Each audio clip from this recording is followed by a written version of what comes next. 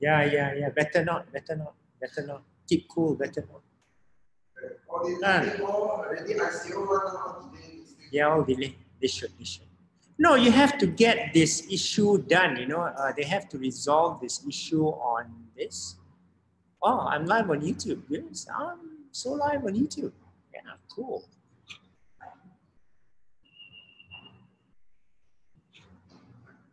This is cool. We are live on YouTube, guys. This is so cool. Let's wait for other people to come in. Oh, this is cool. I just love it to be live on YouTube, okay? This is what I love the most, okay? Cool. Cool, guys. We're live on YouTube.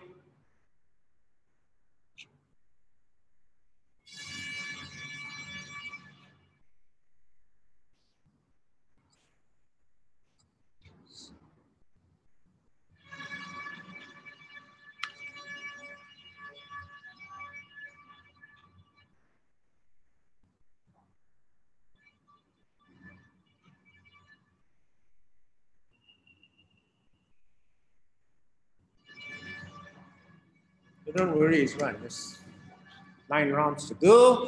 Tomorrow, I teach you guys another weapon. Next Friday, I will show you the weapon of this mass destruction that shall not be shown to normal crazy.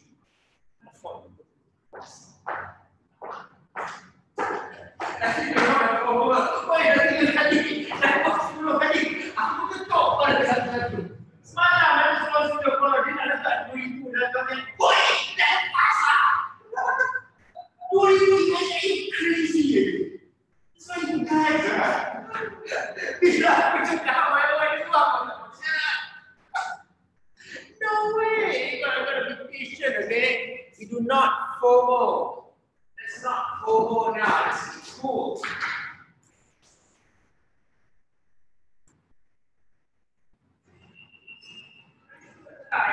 That our guys made 3 times.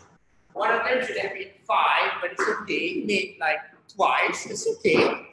She made 5 times, but yeah, it's kind of cool. I'm proud of that.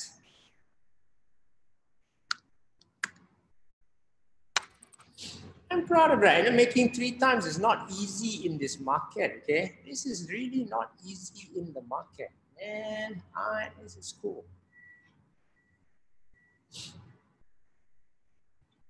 That's really, really cool. Hello.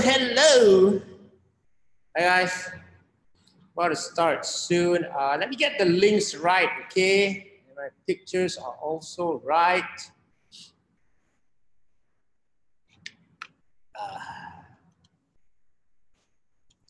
Things here.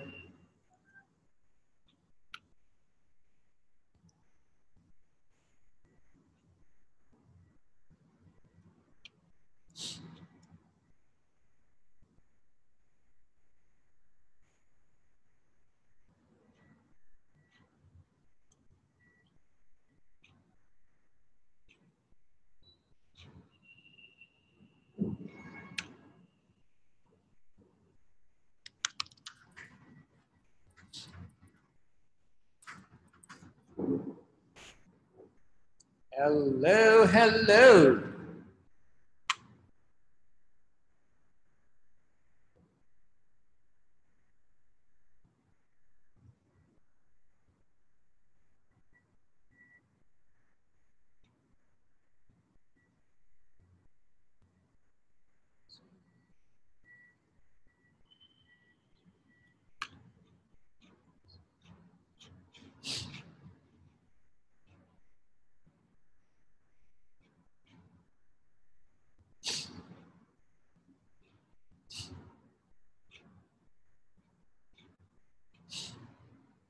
Hello.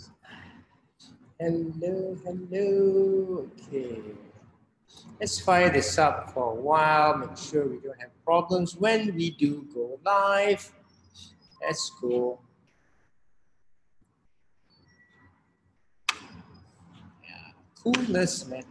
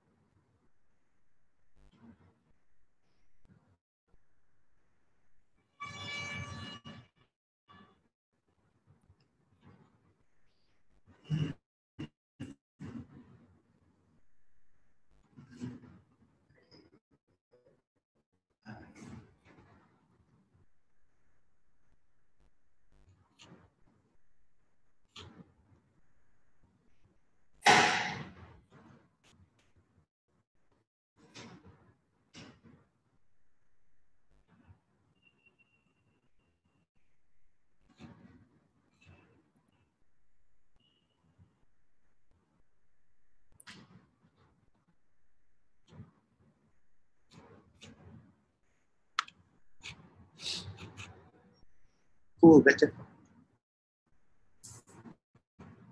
All right, man. This is cool. That's really, really cool. Oh. Hello. Cool, cool, cool, cool. Hello, hello. Damn.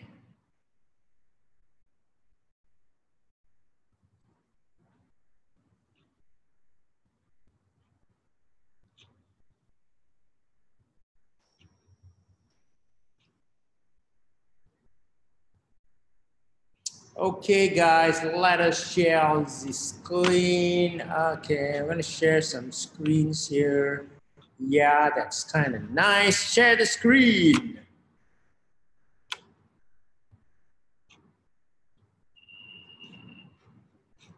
Share screen. Yeah. Cool, share. Thank you, guys. Thank you. Share the screen there. Gonna start very, very soon. We're waiting for Mo Salah of Egypt to be here, okay? Mo Salah here. Mo Salah, where are you, Mr. Mo? Yeah, watch that carefully. I'm going to make a very important prediction afterwards. Yeah, please don't take it with a grain of salt, okay? Take it very seriously. I'd like to urge you to protect yourselves. Those that couldn't protect yourself, I also have a solution, but later, yeah? So unfortunately, this has become a webinar for warning people. Yeah, really have to warn people of the next crisis, in addition to something educational, fortunately. Didn't want it to be like this, but yeah, that's the way it is with the recent market pullback. It's starting soon. Yeah. Yeah, no need to FOMO, okay guys? Hi! No need to FOMO. Hello, Melissa. There's a lot of opportunities coming soon. We have all the, yeah. Hey, Melissa. Oh, food. I have, yeah. You have a bit of lunch now. Yes. Because the topic is so important. The topic is too important. Because it will affect. Yeah, I cannot stream on YouTube. I cannot stream on Facebook. I can only stream on YouTube. So stupid. Huh? I'm not sure. Huh? I don't know, but I can stream on YouTube, which is better lah, because I think I want to stream on YouTube. It's better to stream on YouTube lah. Yeah. I have. I could, yeah, but not, yeah, I couldn't do it today. Remember on Wednesday I could stream on Facebook? I cannot do it today. But, huh? Huh? Yeah, I can. But today I can stream on YouTube. You know that day I couldn't stream on YouTube? So it's like weird. When I wanted to stream on YouTube, I couldn't, so I stream on Facebook.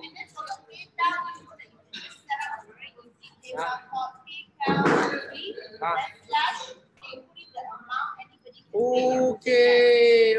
Can. Hi, how are you? Did you see the VIX explode? He made 3 times, you 2 times, but he should have made 5 times. Yeah, because he Zul. Because he was hesitating. He put in an order and then huh? Good. You shall make 10. Good. You shall make 10 or 20 or 30 the next time.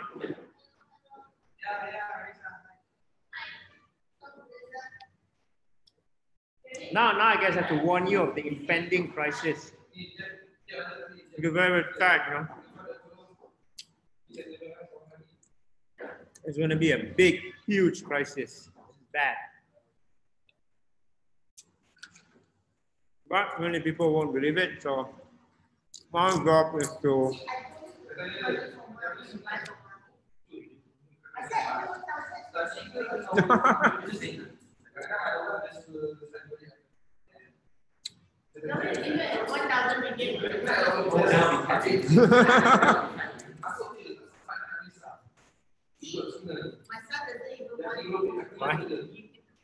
Why? You're scared.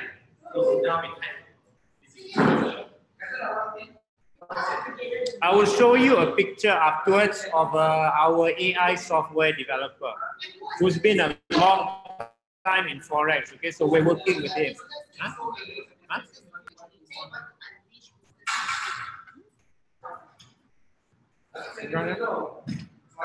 Clear.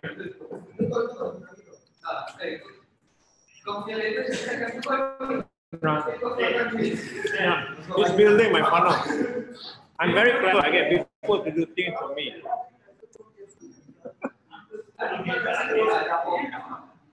Too long, I cannot do things myself.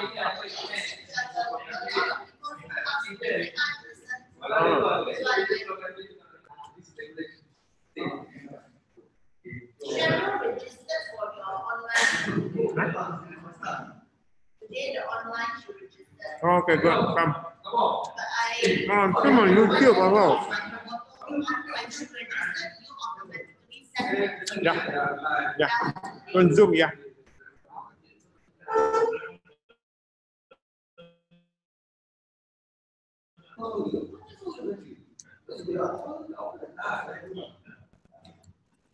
Damn, a shock you all first.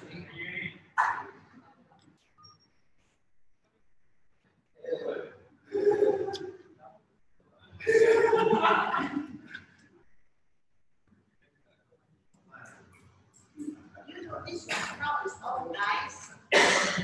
No. Why? Cheryl is the other one. She's not coming. I think she's going for the next one. Oh. You know why? Trading is such a guy thing. Trading is such a guy thing. The guy thing. That's why we always die. You shouldn't be like, you know. I guess women are better at risk analysis. And I think they're calm. Huh? I think they're calm. Like, they're all. Because you see, we're working with the developer, directly with the AI developer. I will tell you what the AI developer said to us. Young man, this is what he said. This thing happens once every 8 to 10 years. That's what you It say is about now. Forex as well. It is now that you must have faith in the big money. And the what? The big money. Yes, I have faith ever since I saw that day when your prediction came through. I was like, Yeah. what? Yeah. I said, Shukri's prediction. What did I say? This is 1 out of 10. This is the first out of 10. This is not the biggest move. In 2008, the biggest move came 6 months later. I don't know whether it's going to happen 6 months later, but I told Johan to stay until 1st April. So he's here until 1st April. It's coming back. Now it's coming No, back. but when I look at the open interest for weeks, right, Alright. I cannot see April because they haven't opened April. Alright. March, there's no open interest, but February, yes. Okay, right? February is 171,000. Right. Question, right? December. Right. So January is 78.75.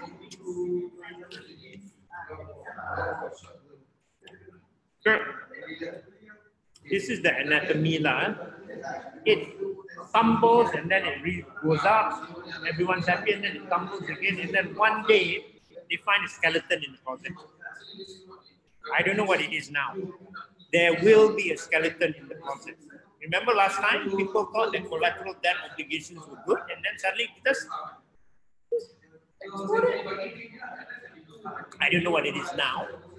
I don't know whether it's Italian bonds or German funds or Deutsche Bank. Hopefully it's not Malaysia because we already say we owe more than we already say we owe 1 trillion, right? We already opened our skeletons, man, which is good. Yes, which is good, which was the right thing to do. Okay? Now I'm keeping quiet and this one, not admitting. So at least I think in that sense we are okay. So,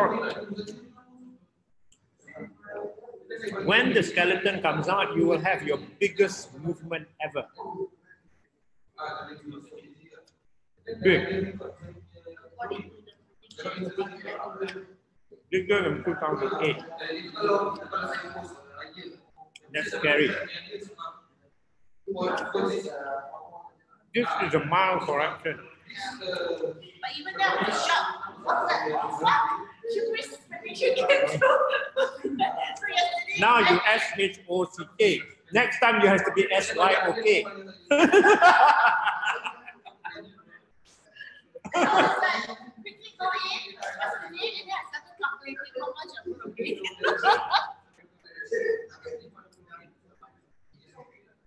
On Sunday, I will give you guys another weapon.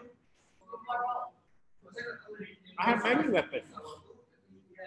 On Friday, private session, there's a weapon of mass destruction. Please don't misuse it. I don't think I know how. This one is like Vicks on steroids. This one is like super steroids. Right. It's on super duper steroids. That's what I said. Now you are shocked. Good. Soon you will be shocked.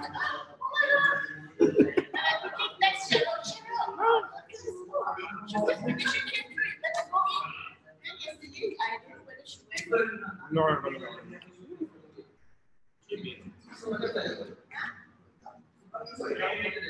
But the one that I went into, like, so I went to VIX, what I owe, what correct? Right? Yeah, option. I went into the market. Wow, you look like the caretaker, right? Are you the caretaker? Hey, you got a very unusual name.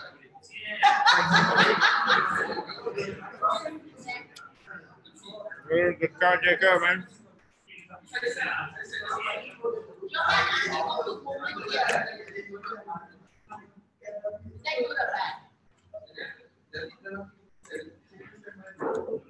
That's good. It means its marketing document is not good. No, yeah. But he's not selectively marketing. Yeah. Exactly. You should. True.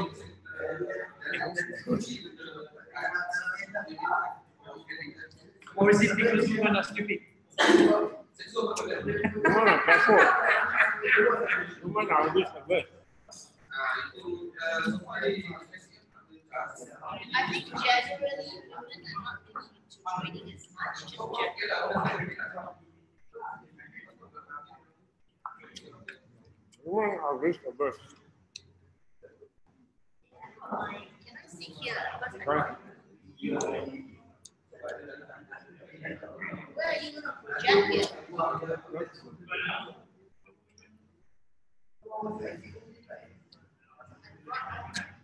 This is my trading book. Hey, match with you. You want to call this? Match with your color. Your pH. Thank you. Thank you.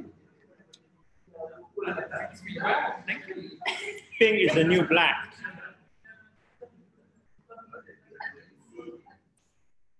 Pink is the new black, man.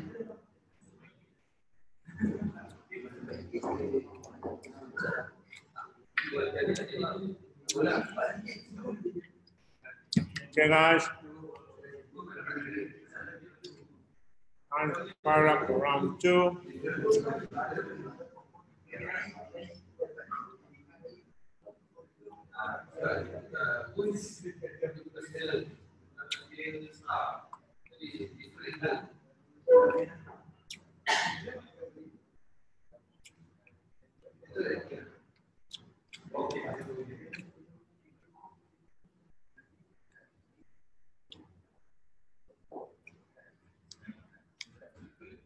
Good.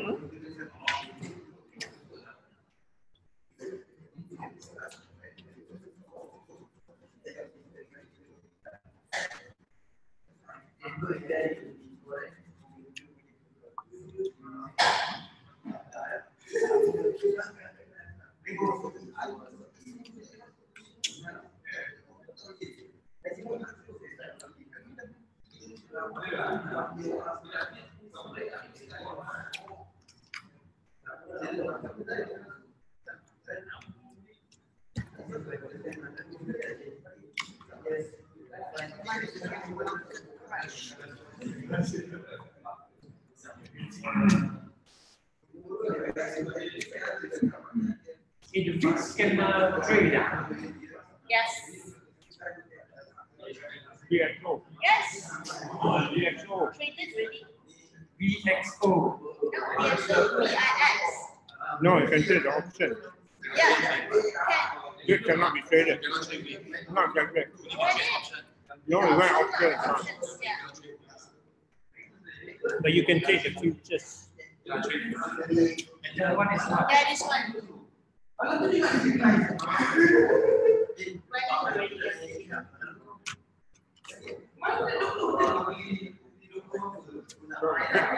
This one, right? Correct.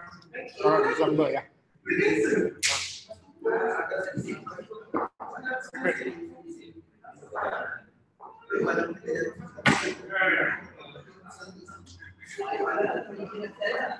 Let me draw my famous picture again.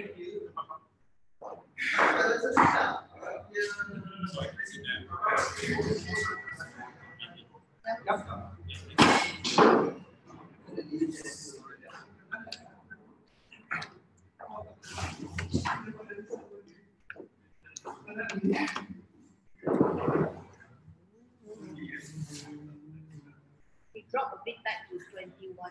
21?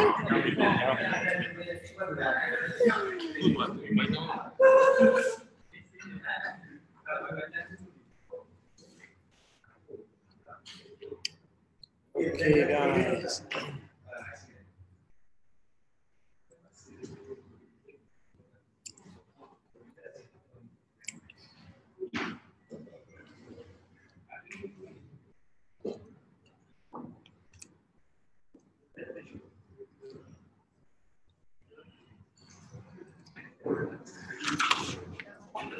Let me fire up Zoom.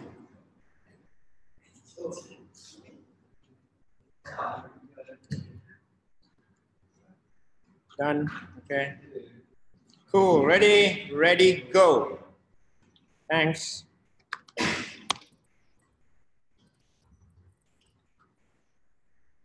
me call the e-business guys.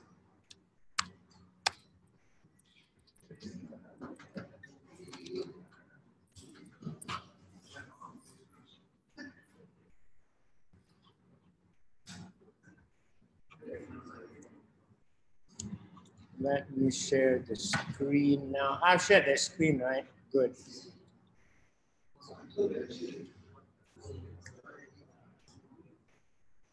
Where's my PowerPoint?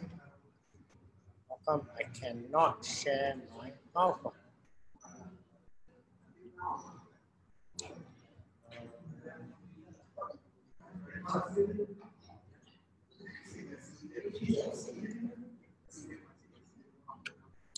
Okay, cool.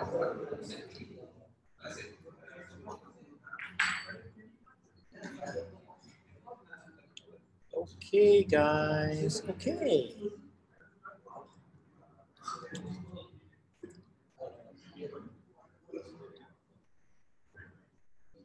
Moment.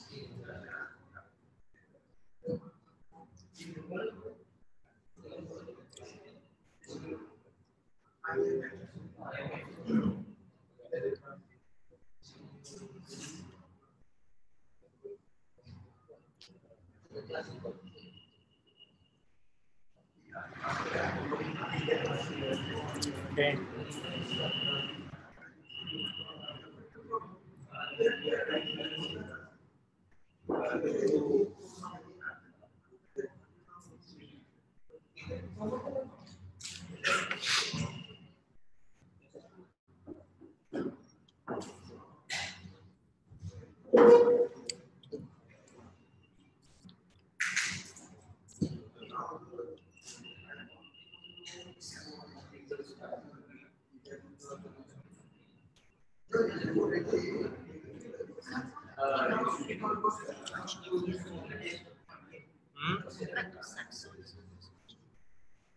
No, this is different. These are options.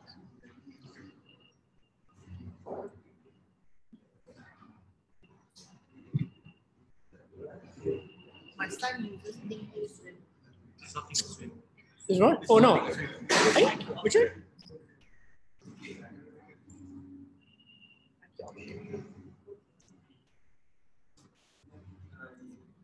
Okay, where's Mr. Ami? You need to tell the businessman that.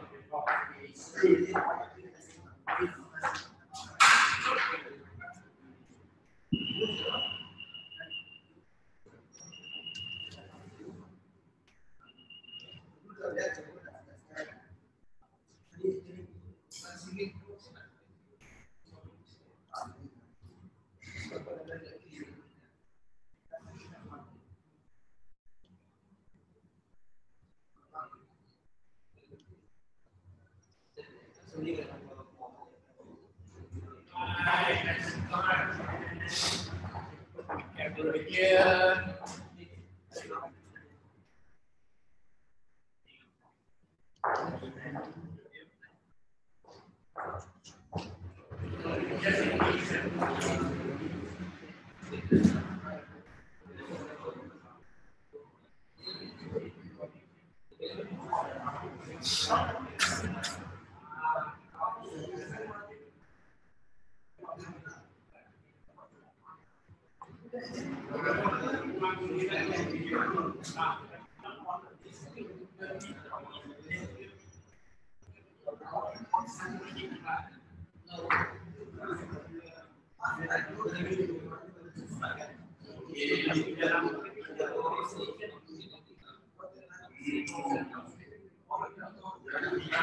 Hey guys, it's time. The apocalypse has come. Hi. Okay, let's go. I'm gonna start recording now. Yes, hello all. How do you start this? Well, I can't say that I told you so, though I should. But you know, something is, and topic here looks good, right? Making money when markets crash, because the markets has already started to crash. Not crash, I think now it's a minor correction. There will be more to come. So this spells a lot of opportunities for us if you are positioned correctly. Okay. However, if you're not positioned correctly or not positioned at all, you could be in big trouble. Okay, because this is not about your usual crisis. This is a crisis that will affect everyone. This is not about stock market crisis. I think this is only just the beginning. This is about a future sovereign debt crisis. And when it comes to currency, everyone is affected. Yes, some people can be affected positively, some people can be affected negatively. Now, I think we were all shocked. I gave FB Live on Wednesday night, October 3rd, right? I put 3 days for things to happen or things to start. I said 15th August was not in, but I did mention the possibility of 10 and 11, 11. I'm sorry for being right.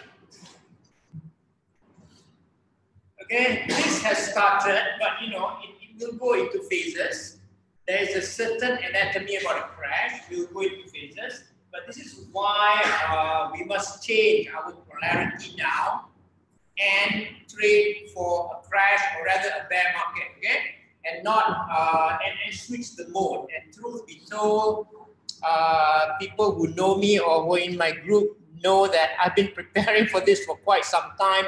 It is not easy, okay? Even I must say that I'm not ready yet, but it came too early. I was preparing to be ready by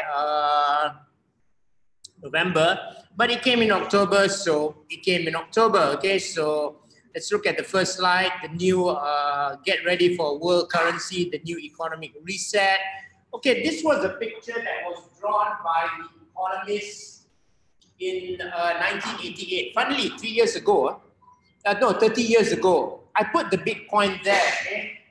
Please don't tell people that I'm Bitcoin to go up. I just put the Bitcoin there because 30 years ago, they were already predicting the demise of the fiat currency and it would give way to a new currency. Okay? I think that this new currency will be denominated somewhere in gold, and it will be something gold. And I don't know about Bitcoin and that, but Bitcoin is digital gold, but definitely, you know, if the fiat currency gives way to digital gold, then of course there will be a thing in Bitcoin. But before we even go there, we must understand what's really happening now. We are going to see a crisis of cataclysmic proportions. It's going to be worse than 2008. And you know, I've been ranting since early this year, right? To get out of the market, get out of the local market, because it's going to flip over. Now, I think those of you that were taught in KLSE are facing problems, but hopefully we have a plan for you to get out of it and make money during this crisis. Just that you have to change your thinking now. As far as I was concerned, it was a very surreal moment because it took me 3 months to get out of the market. It took me 3 months to move out RM 500K out of the market. I still have some bad positions there, but it's okay, it's so small, less than 50K. So even I couldn't move out everything. If it took me 3 months to move out, the last position that I moved out, and I kept it today, it would be down by 39K. If I kept my last 2 positions in, I would be down by 62K today. I don't know about you, but 62K is a lot of money that can be used for other things. So today we're going to start with a prediction, and I'm going to tell you the prediction. And although you won't believe me, I want you to listen to me because I think the joke is over now. I think I've been too funny in our Facebook live sessions and people just don't listen. Now get serious, okay? It's time to get serious. Because if you don't, a lot of things are going to be impacted. So going forward now, yes. Sorry, George. This is what George Soros said. He's the master of Forex. Because now what you're going to see is the crisis now is going to go into a sovereign debt crisis which touches Forex. So Forex, whether we like it or not, touches everyone. Some of you here are traders, but you do business, right? That touches everyone too. As long as you do business, if you are buying things from outside the country, you are going to be impacted too. And afterwards, we'll have our guest from Egypt come here and explain the situation there. So here's the thing that George Soros said. If investing is entertaining, if you're having fun, you're probably not making any money. Good investing is boring. Yes, it's supposed to be boring. And if you guys know, this is an event that happens 8 to 10 years.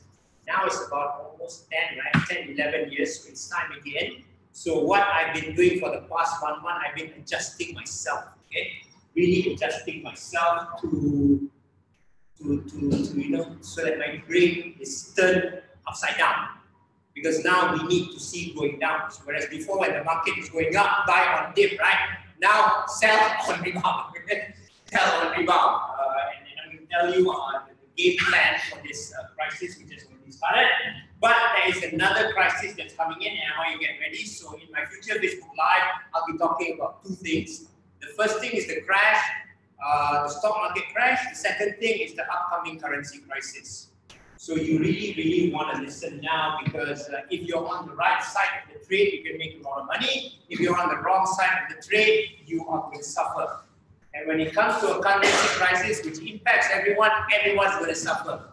Not you, your family, immediate family, your friends also, okay? Because it's all about the money now. So yeah, so things have just started. It's not going to end very soon. Okay, a bear market takes 2 years. Okay, now this was in the newspaper on Wednesday last week, just before the market tanked on Thursday and Friday, which is followed by Monday, Tuesday, whatever. And there's some important words here. Okay, first is complacency. Investors before this were very complacent. Market was always going up. In fact, market's been going for the past 9 years on the S&P 500, right? It's hit new highs. Yes, we in Malaysia didn't feel it because the KLSE didn't reach any new high after 2015. Okay, there was a lot of complacency in the market, and a lot of experts already said that the valuations were very, very high. Again, here a bull run has taken equities to record high this year. Meanwhile, market volatility appears to be low, because it's very low, and thus people just keep on putting money into the market.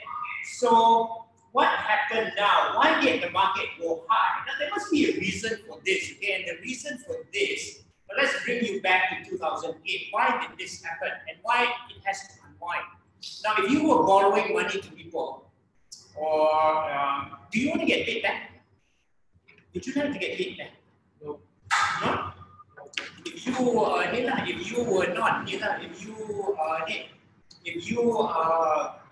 owing people, of course you don't have to pay back. But you are borrowing to people, you're lending to people, you don't want to be paid back. Right? You're borrowing, then you need to get paid back. So what happened was, after the period of 2008, there was a lot of quantitative easing. Now you got to understand this, okay? There's a lot of quantitative easing in the market. Money was being pushed inside the market by the Fed, okay? Then there was quantitative easing in Japan in 2013. There's quantitative easing in Europe after Brexit in 2011, Draghi and all that. So there was cheap money in the market. When the money is cheap, then you have the income, or rather the yields are very low. You know, if you see my YouTube channel there, in the Sensei and Johan show, I already showed, Johan already said that the pension yields are very low. Funds, they want to put in fixed interest rates. It's very, very low because there's too much money in the market. When the yields are very low, guess where the money goes to? Money goes to the stock market. That's why the stock market was rising, except KL. KL was not doing very well. KL is special case. So when the markets rise like that, one day they must be unwinding. Okay? Again, this is the biggest liquidity event in the entire history of mankind. Okay? So much money was released to the market must go somewhere. The market went up, chasing high-yielding instruments, which is stocks. That's how we got to where we are.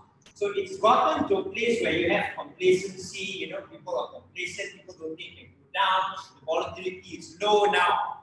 Let me tell you something. I've heard this 10 years ago, 2007.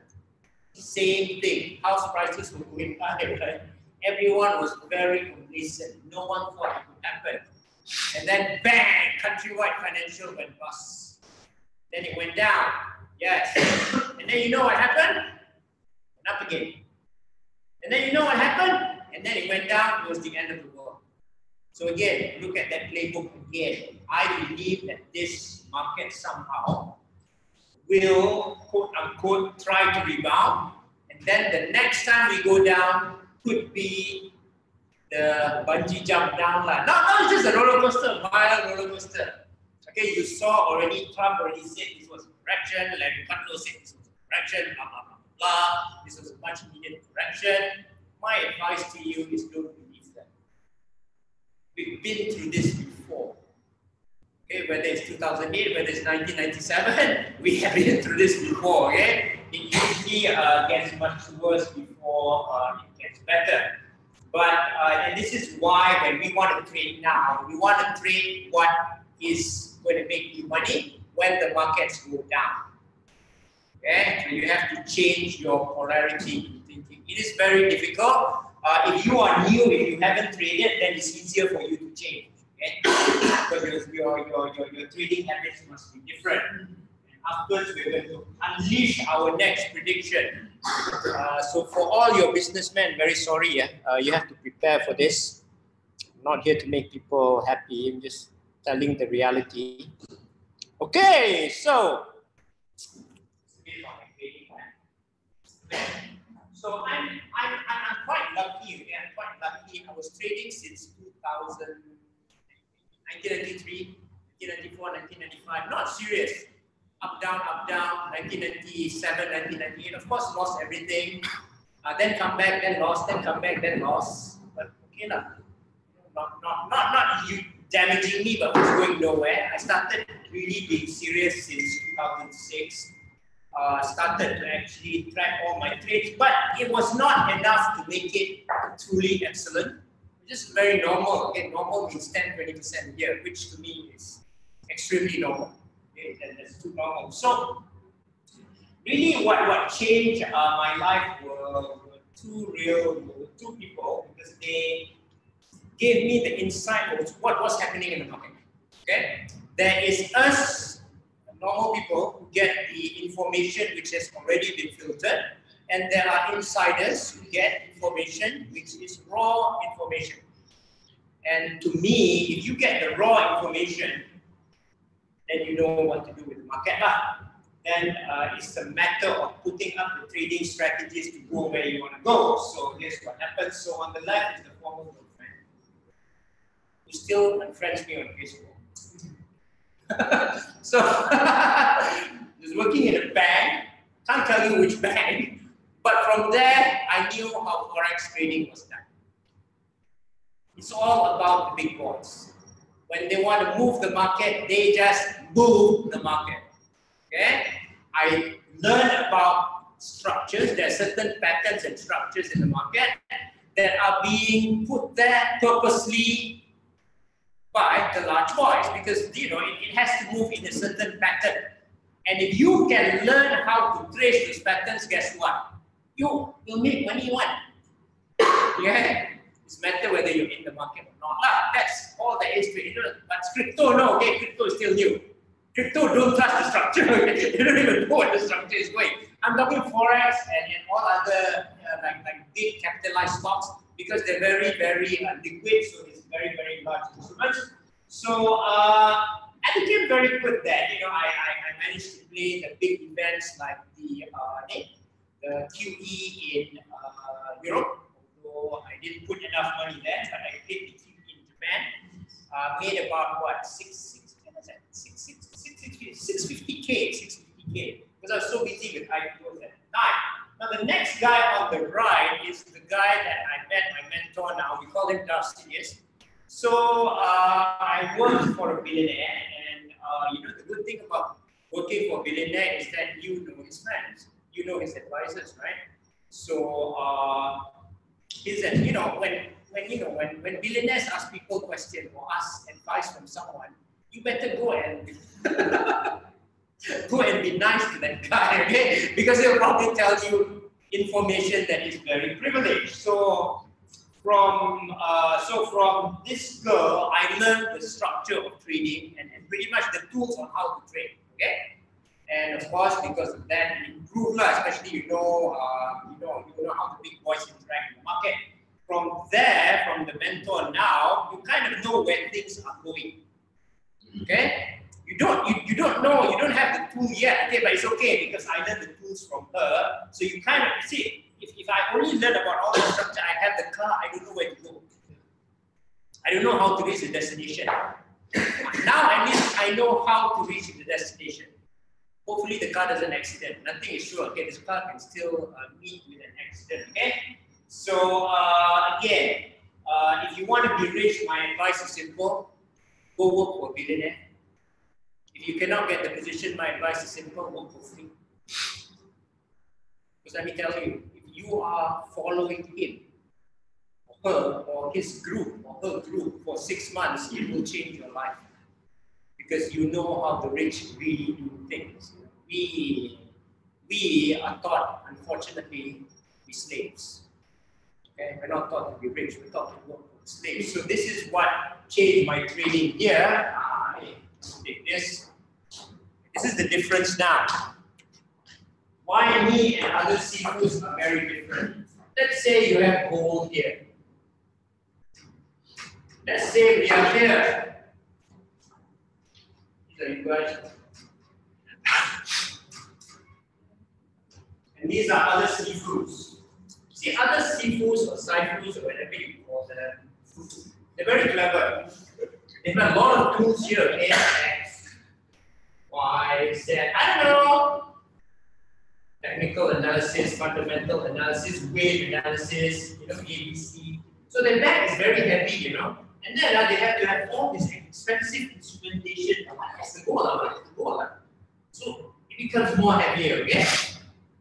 That's why I always say in one of my presentations, I said that for me, if you are under disciples, you will know that B is moving average convergence divergence. Every seafood will tell you that this is the indicator is always a past indicator. It doesn't really tell you what happens in the future, although there's a probability. Okay? To me, it's simple. I always say to my students, if you want to be rich, you know what MACD is? McDonald's. Okay? Do not really focus on these things. Focus on where the market is going first. And then there are many ways to get there. Whether you use technical indicators or not, different issue altogether. We decide that later. Okay? So because of the millionaire mentor and all that, we know where it is going. Now, all we need to do is what? We have to chart the path. I don't know whether to be like this or like that. We just know it will be there. Okay? Because we're clever, we do this. Okay? If you are really not clever and you're really lazy, you know what to do? If you know it's going up, you know what to do. You buy here, you sell here, you go to sleep and you sell here. Can also. That's the easiest way. But because we're clever and I have to show you that I'm looking, so I have to teach the thing. You get that. What is such a report? I came here, you told me to buy a record 2 years later. Right? So hopefully if we can do that, then for here you make like X dollars. With our knowledge, knowing that it's going to go there, hopefully we make what? 5x, 10x, I don't know, up to 100x possible. That's why we have this tool. Okay? And because we know where we're going, we prepare. Now, last month, I think I did some scripts, right, on what will happen to the market. I did some stories, I did some predictions on what will happen if it didn't happen. Yeah. Before that, honestly, did you guys believe it? You guys thought I was joking. You thought what? You thought I was joking or you half believed it, okay? Actually, it was in class that we taught about it, and I was late going in, and then on Friday, I'm like, shit, it actually happened. That actually happened, right? I didn't forget, but I couldn't take it. Oh, right. Okay. It's right. What are you making? So some of you are good, and see, some of you are good, So although this thing hit a bit early, some of them already made 3 times their money. I didn't go in because I was busy doing something else. So now I'm going to come up with a new story tomorrow, okay, to go in again. And no worries because it's going to come in. But the thing is, my way of trading is simple. We know we're going to go here. Let's take up all this extra luggage. You bring the most minimum possible. Bring the most minimum possible. A, B, C. And then because I'm the leader, I don't have to carry anything. Okay? Minimum weight. Because when there's minimum weight, you have the fewest strategies. That's when you can execute. Because if you have too many, you are going to be totally confused. Okay? Understand? So your focus now should be here to focus on the trades to make money. That's it. Nothing else. Okay? And that's why what we do is we have to change our strategies. The good thing is the strategies have worked. Okay? And the good news is this is only inning 1. If you look at financial crisis, there's got 8 or 9 opportunities to make money. This is one. This is probably not the largest opportunity. There will be more, so don't worry. And there will be more tools that I will introduce you how to do it. So before we go into understanding this Forex thing, let's understanding how this, let's understand. And we're going to see some charts afterwards. I'm going to show you that making money now is easier. Plus, say if you know where the market is going, you can buy an A and sell a B with extreme confidence that it's going to go there. Okay, now, if you are investing in the stock market and what do? You use your own savings.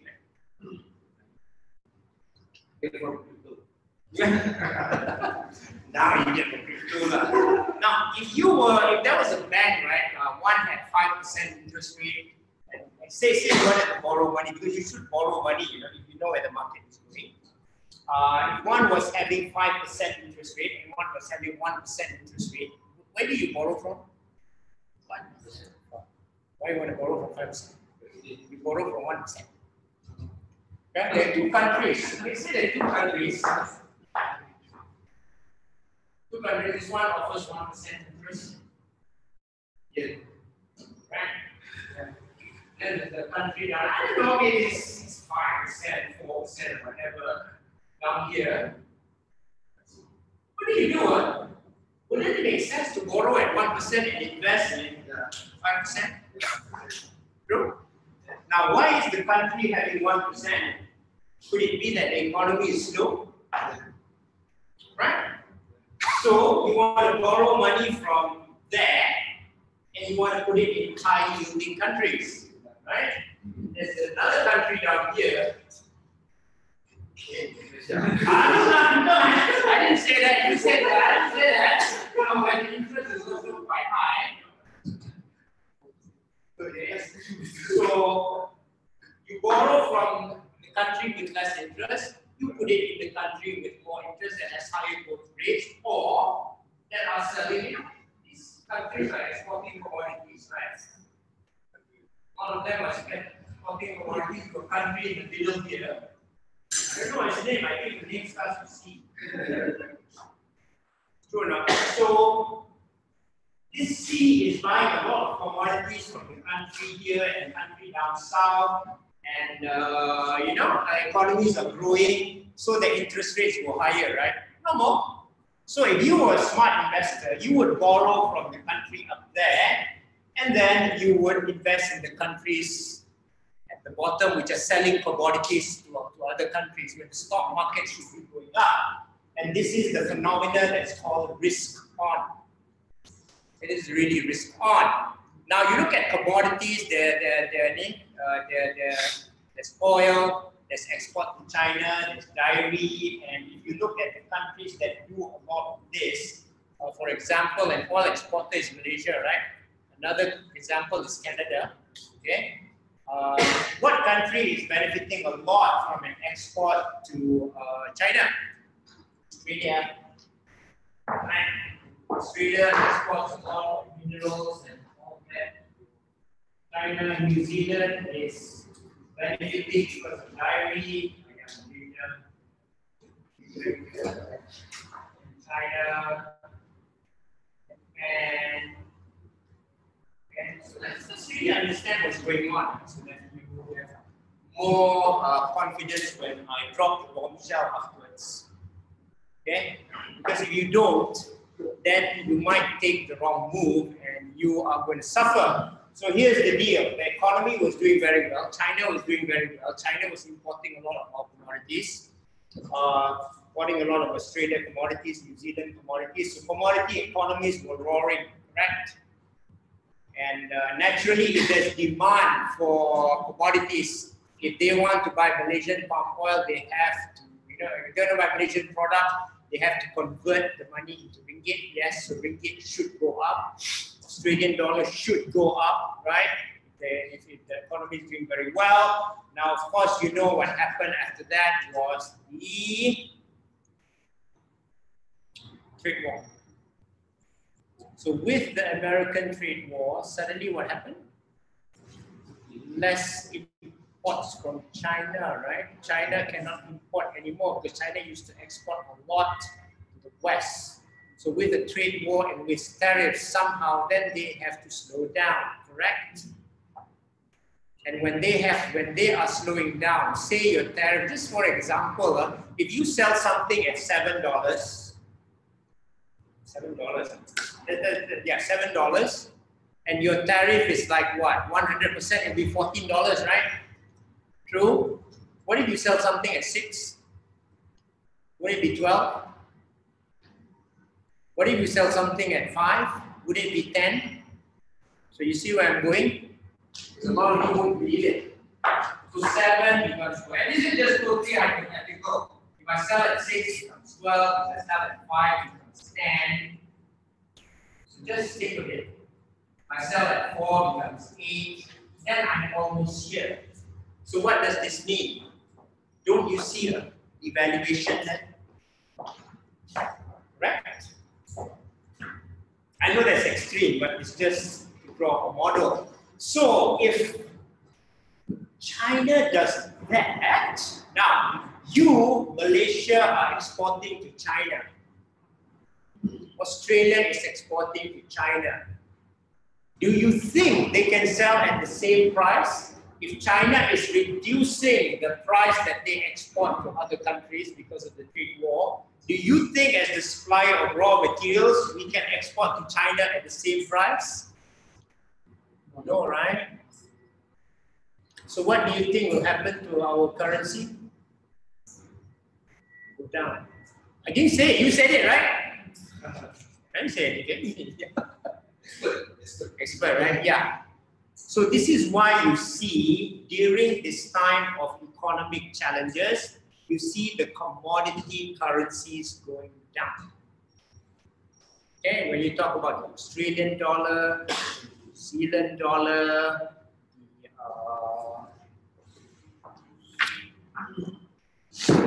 the Canadian dollar, they have gone down. And let's see that now. Okay, let's go and share my my Chrome here. Let's go and share that. Let's go and look at all the currency. Yeah, that's me. Hi, how are you? Prophet of Doom. Soon you will know me as the Prophet of Doom.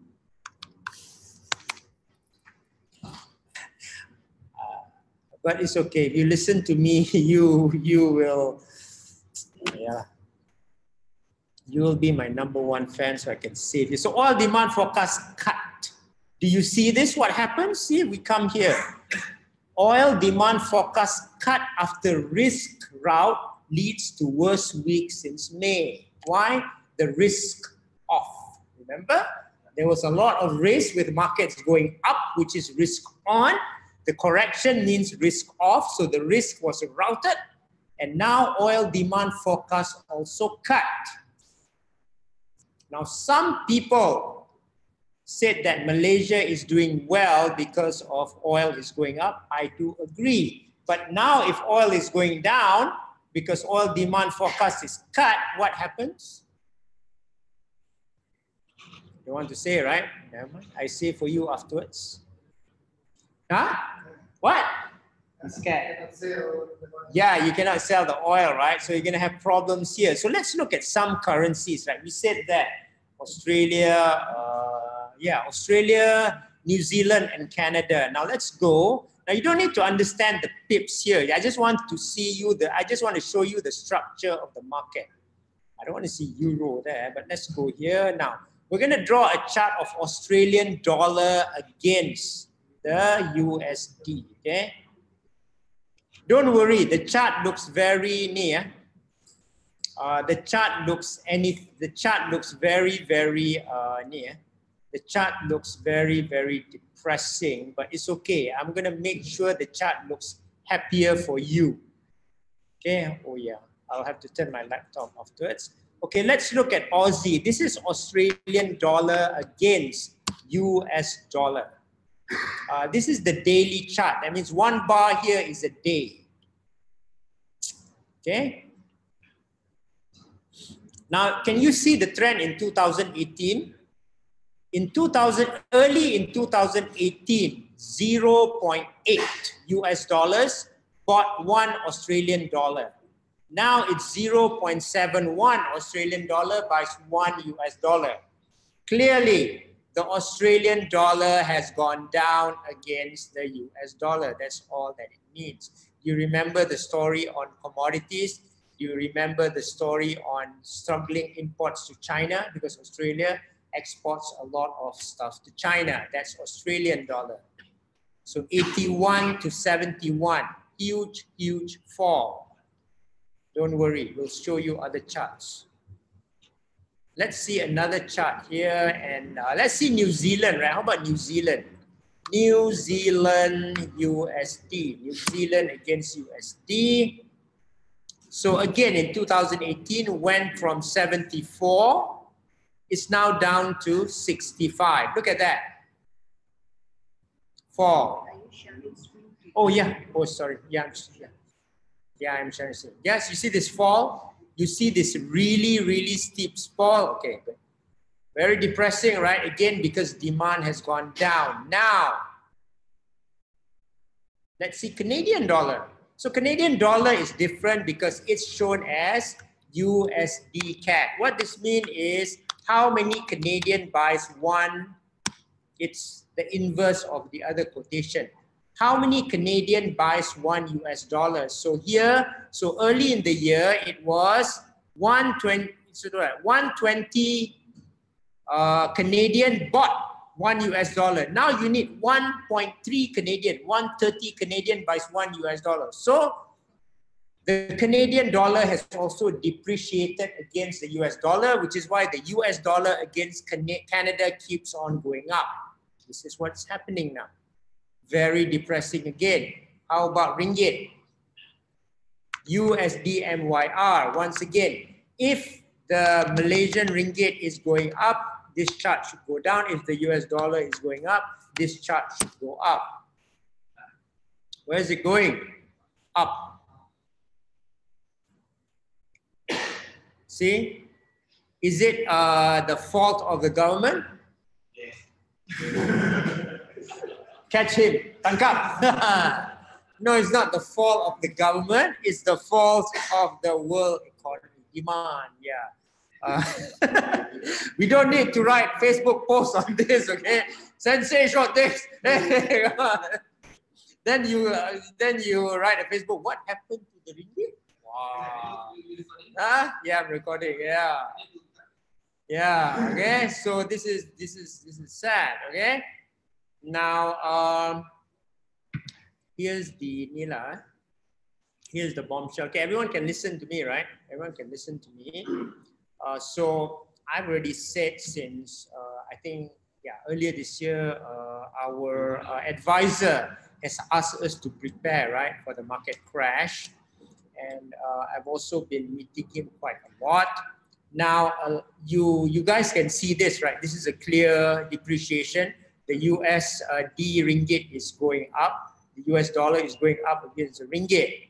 Now, let me ask you a question. Now, this is why I have to do this. I do not want to make yourselves, I do not want you to be depressed, but I got to show this so that you can think, I think you can think rationally, because you guys look like very rational people. So even if you don't agree, even if you can't accept, think rationally, especially the guys behind there. So you know that once upon a time, our ringgit was, this was 1997, right? 250 against the US dollar, correct? During the peak, did it go to 5? I thought it went to 488. 488. But some people said 5. It's okay. It went to 488. Okay? And then we went down to 3.8. So this, let's just count this, okay? Let's just count probabilities here. From here, 250 to 380, the depreciation was 50%. Is that correct? Agree? Agree. No doubt in our mind. Okay, now I'm going to show you another depreciation here. 2014, when oil went down, because Malaysia is an oil economy, it went from, let's see, I have to be rational in this because people, I'll have haters for this. So the haters who watch this video, please forgive me. Because I got to show this to you guys or you guys are going to get in big trouble. Okay, 3.13. Well, there's a 3.138 just now. So let's say this is 3.13. Now, here, was this 4. It's almost 4.5, right? 4.42, okay. 4.27, 4.45. Okay, 4.45, okay, 4.45. Can somebody tell me what the depreciation is at 4.45?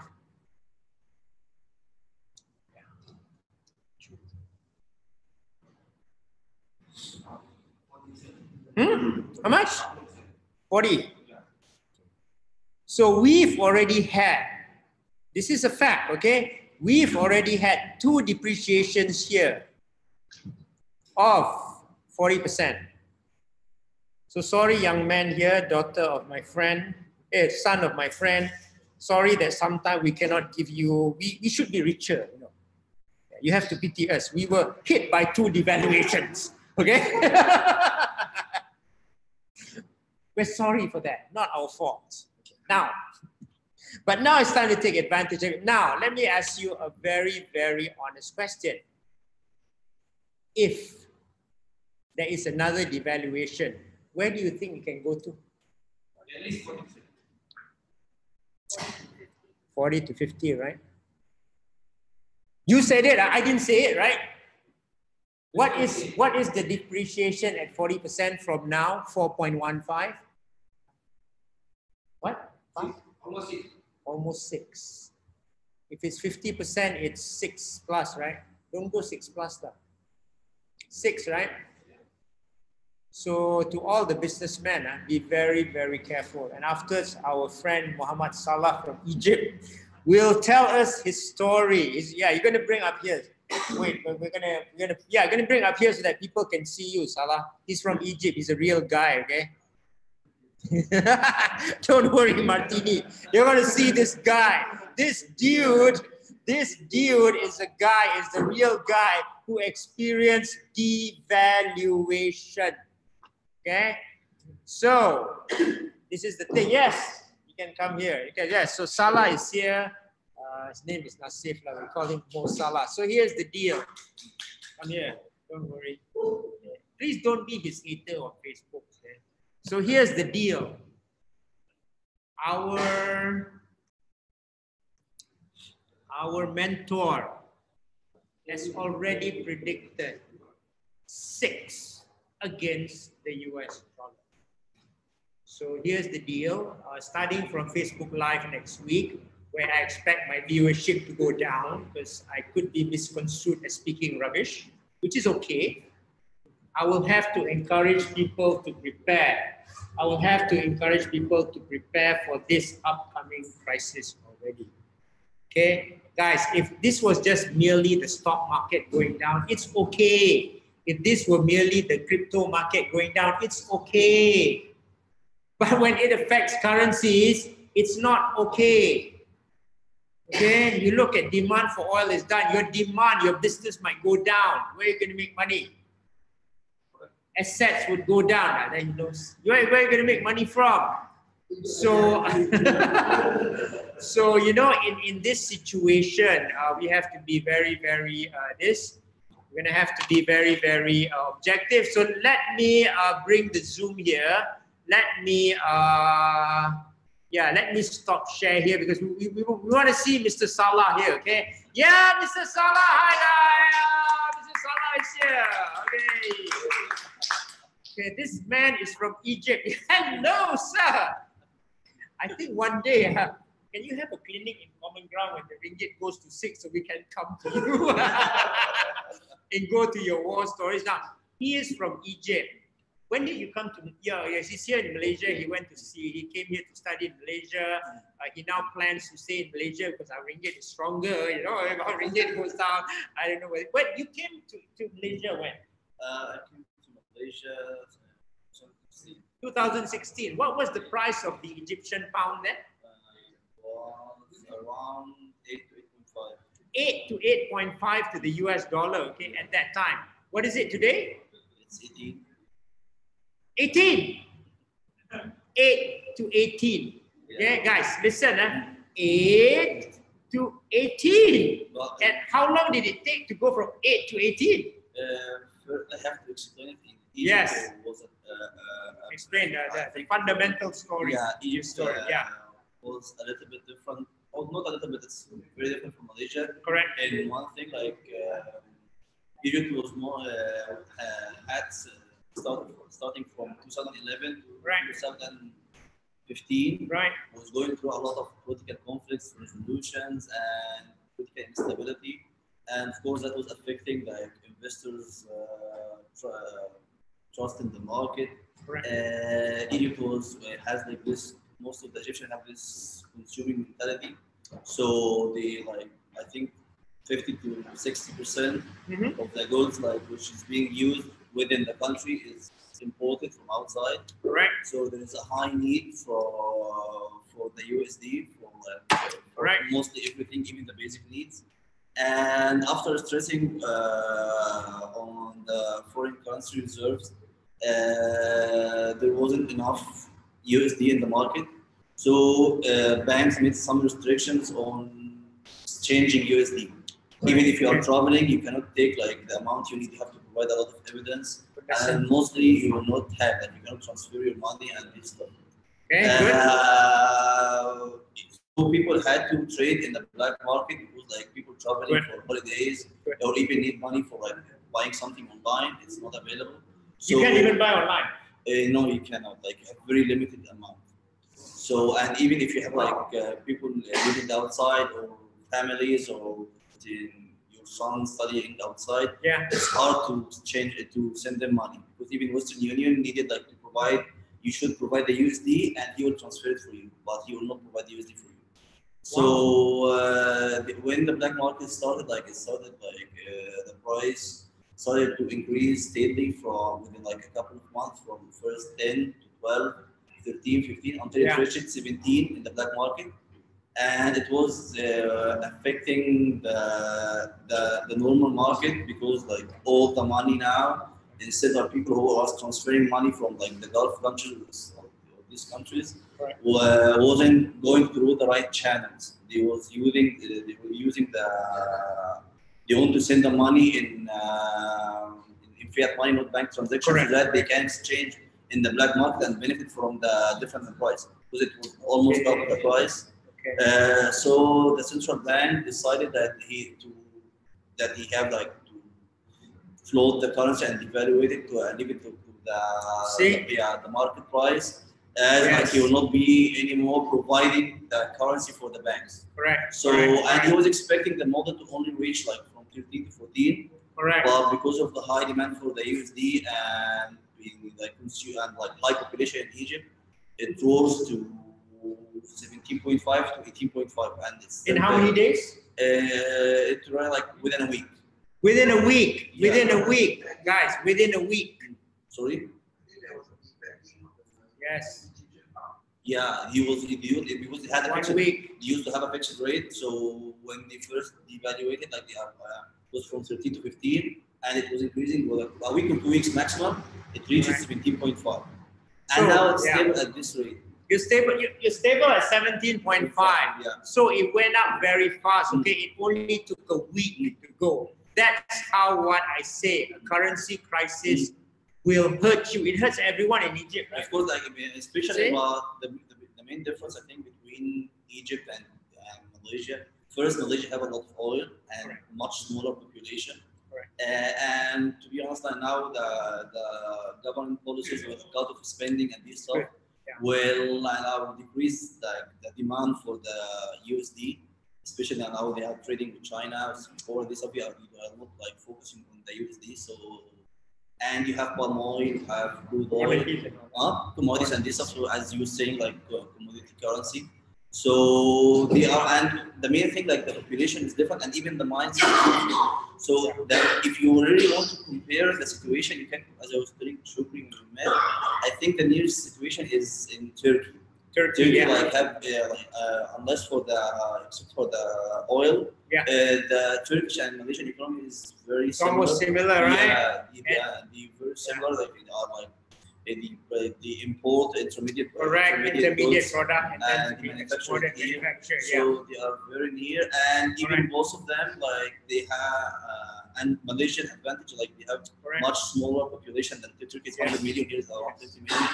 So even if there is a if there is a shock, I think you will have a chance to recover much faster. But so like about like defending yourself, like it's like in the short term. So you see Turkey also, it's right. Now Turkey currency went from 384 to 7.2. Well, how big was depreciation was that? That's for like 60-70%. So it's okay. We're only going to go 50, 40, 50. That's okay, you know. But now you're happy. The good thing about Malaysia, like they have like a track record of like coming back fast. Like usually, the usual, like even if you depreciate, like with the central bank here, I think one of the best. He can recover soon, but the problem is about like the prices, inflation, and stuff for the individual. Yes. Only it's short-term pain. Yeah. So let's say what Salah said just now. Okay, that he said that Turkey imports a lot. They don't produce a lot. They're a consumer nation, right? Now, didn't our Prime Minister Mahathir say that we are also a consumer nation? Warning one, right? We don't produce like China, right? Correct. Second thing is, I want you to, what Salah said just now, when times get tough, you cannot even get your US dollar. You understand? You could be caught in a falling ringgit, and you have to hold your ringgit because there's no way of converting. I hope this doesn't come to pass, but I want you guys to be ready. I hope so. I'm not like so much most of my experience, like from what I left, I'm not expert in the market. Correct. But to be honest, a person who suffered from like bad devaluation, and sometimes even like the policymakers, of course, like in Malaysia, they are much better. But the only for like they see the bigger picture. They don't focus on every individual. So that's why like sometimes there's like slow in the economy. He want to the economy to be much better, to grow, like to recover, to grow again. So for individual interest, it will be a much tougher story.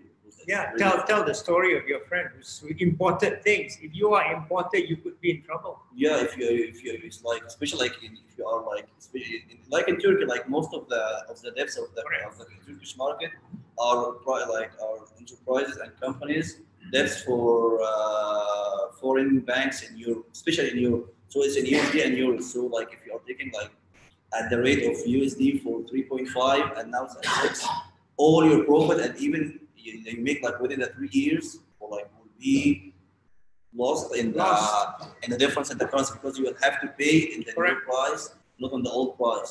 So your profits and even like more than you'll be losing not only not making profits, you'll be also making losses in the future. See, so all the profits you accumulated could be lost just like that.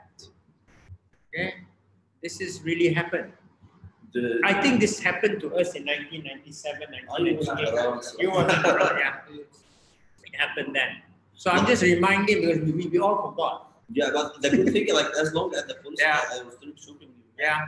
As long as the policymaker focus like on like even if they are making restrictions in the USD, as long as like it covers most of everyone, it's good because like sometimes it's a bit like let's say Malaysia in 1998 when they like closed the transaction, they stopped the manipulating the currency.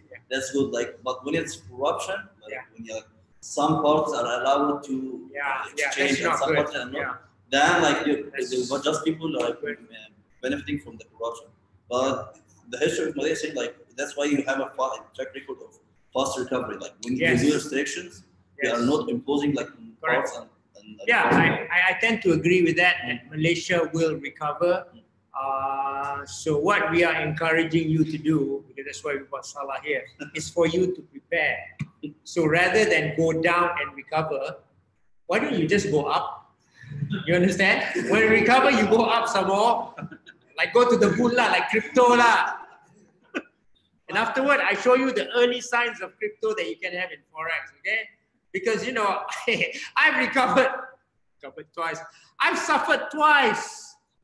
I'm fed up. In 1997, 1998, 2014, 2016, I don't want to suffer again, Salah.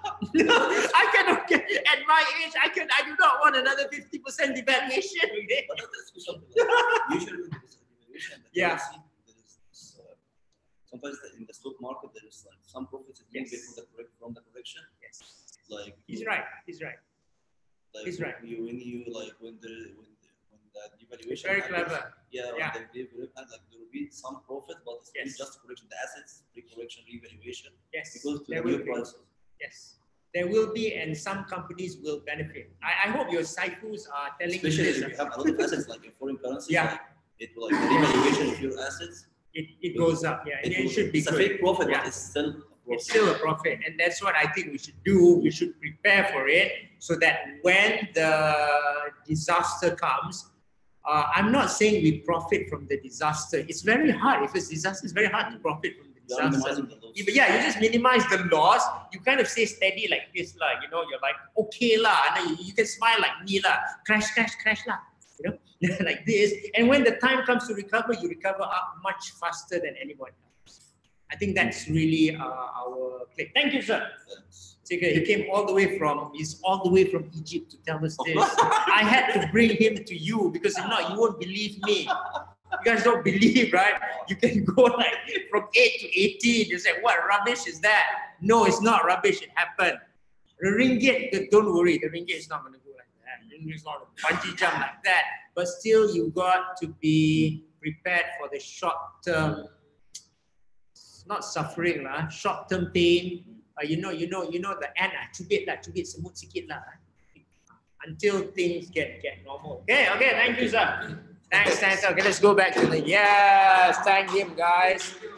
Thank you.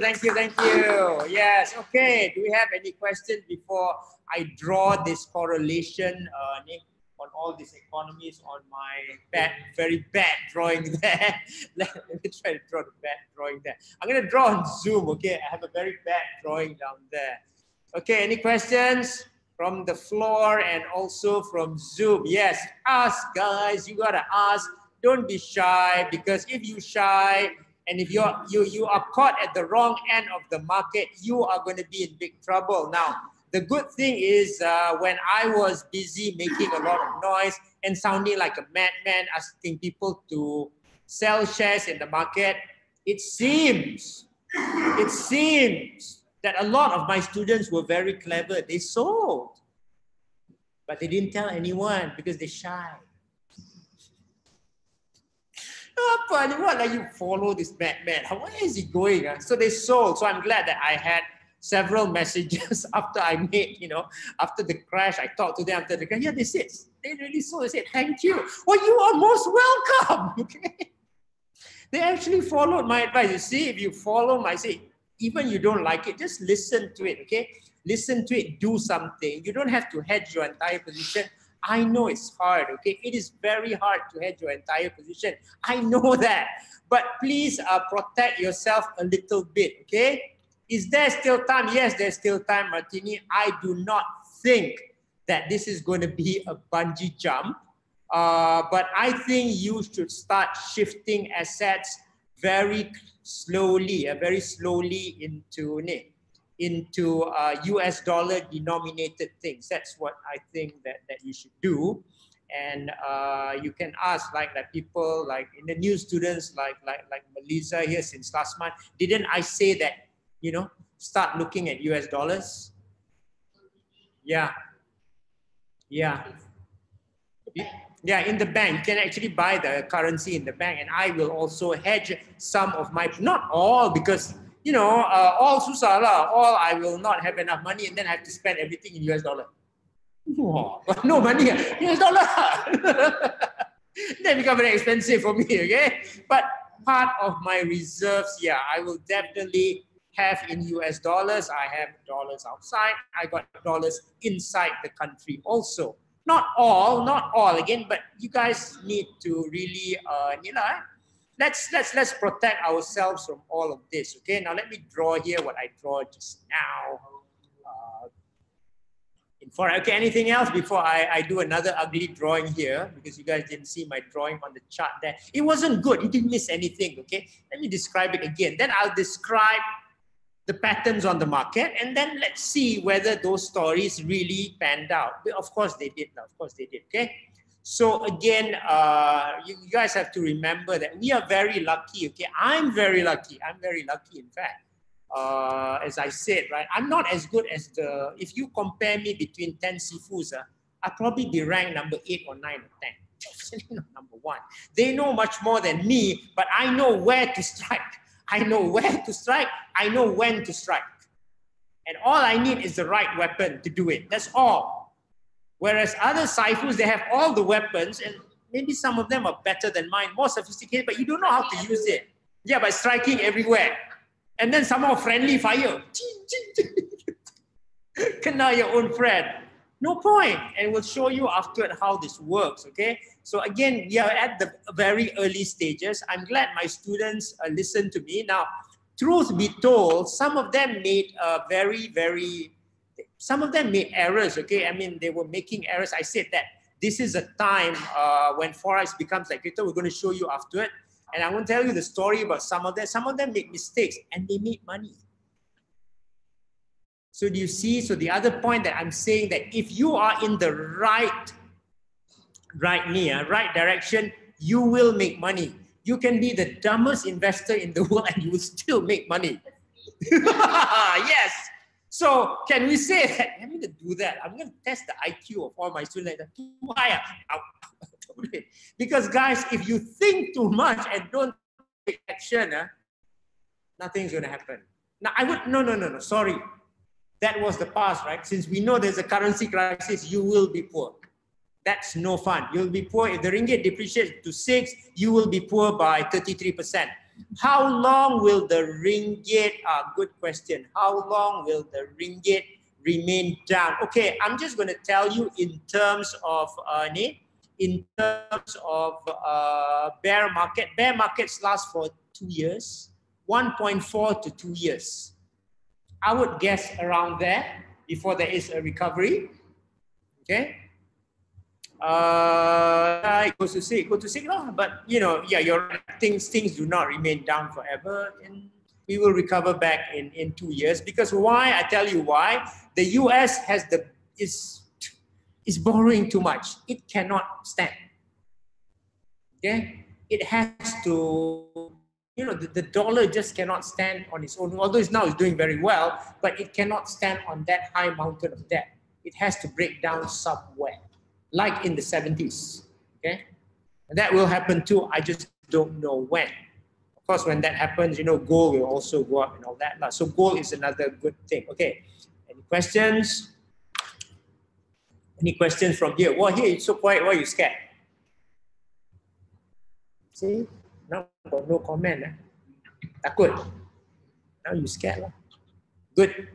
Scared is good. At least you do something. Yeah? So start doing something. No, don't panic. Okay, don't panic. It takes time. But if you start making the moves now, if you start doing the steps now, for example, that I say, if you already know how to buy 1,000 ringgit or 1,000 US dollars, when it comes, it'll be easier for you to do. What I'm worried about is why we call Salah here, and he already said, right, during the time of the crisis, you couldn't even convert. Apa nak buat? What are you going to do? You can call Ghostbusters. Ghostbusters want to be here. You want to bring down your money to Singapore. Can I tumpang you? We hide the money below that. You cannot even convert the ringgit. Hello. Okay. I don't know if it's going to happen. But look at history lah. Look at history. Okay, just look at history and what happened. Okay. Anything else before I draw my funny drawing here? Can it be? Well, what do you mean? Can you hedge in any other currency? Oh, yeah, you can. Go. What does it mean by cannot convert? Because right now I have put my money into. You remember 2007? No, 1997? Yeah, they don't allow you. But if your money in your account, you put it. If you're converted already, then okay lah. I mean, at that time, if you want to buy USD, they might not allow it because that's just going to drive down the ringgit lower. And they shouldn't allow it. If I were the Prime Minister, if I were the Prime Minister, I wouldn't allow it also. I really wouldn't, okay? So, yeah, gold. Gold is kind of good, right? Gold should be your best friend. You know, gold, silver. Yeah, gold and silver, I think are good things to do. Okay, now let's draw. Okay, now let's draw on what's happening in the stock market and let's predict. So you guys, thank you very much. I'm glad that you guys predicted the ringgit was going down to 40 or 50%. Not me, you saw and you guys told me that maybe because when China devalues and it loses the value on the currency, we will devalue. So again, you have to understand this, that there's an economic reason behind this. So let's draw my picture here again that I couldn't draw just now. Sorry, my drawing is not good. Let's draw here. So investing in the stock market with borrowed money. We know Japan is, Japan has very, very low interest rate. Hence, when it, it makes sense to borrow from Japan, the land of the rising sun here. Draw here, yeah, this is like, am I recording here? Yeah, recording. Okay, this is like the land of the rising sun, okay? Draw my funny drawing again here. Okay, this is Japan. It doesn't look like Japan, I don't know what it looks like. But this is a country with very low interest rates. So this is low. Okay, now when Japan, so technically you can borrow you can borrow money from Japan, you can put it in a high yielding country like Australia. Okay, because Australia is doing well, our country, Malaysia is doing well. Let's not draw other countries. Okay, we can give a chance to draw New Zealand here. They're doing well. They're exporting a lot of things to China here. China should be orange here. Yeah, it's exporting a lot of countries to China here. And so now what you have is these commodities are being sold to China like that, like that, like that. And when these commodities are being sold to China, naturally the currencies of these countries should go up. Okay? And you borrow in Japanese yen because they're borrowing in Japanese yen and the stock market is going up, asset prices are going up. And now, for example, if you have a currency in Australia, AUD, the Australian dollar should go up against the Japanese yen because people are borrowing the Japanese yen. and buying Australian dollars. Very normal. Now, if we manage to break this relationship, and this relationship is now impacted already because of America and trade wars, guess what happens? You now have to pay back the loan to Japan, right? Because everything's slowing down. What happens then? The money goes back to Japan. So now what happens is the Japanese yen rises against the Australian dollar. And that's when you have your risk off position. So risk on becomes risk off as you pay back the loans. Now you're getting out of the market because markets are falling. So you got to pay back the loan back in Japanese yen. And we will see that interaction in the stock market. So yes, this is what happens in a stock market crash, or when the stock market goes down, the value of the yen goes up because a lot of money is borrowed in yen. The value of gold goes up because gold is traditional safe haven. The value of US dollar goes up because US dollar is also safe haven, correct? And the value of the commodity currencies here, like Australian dollar, New Zealand dollar, Canadian dollar, will now go down, correct?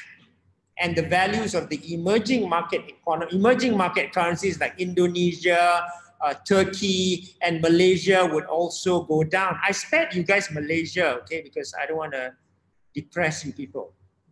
Okay, it's depressing enough. Okay, so now let's go look in the stock market. Let's go look. Let's see whether you guys are clever or not. It's just a simple lesson.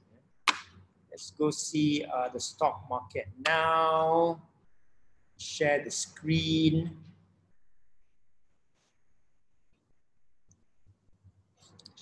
Share. Where's my new share?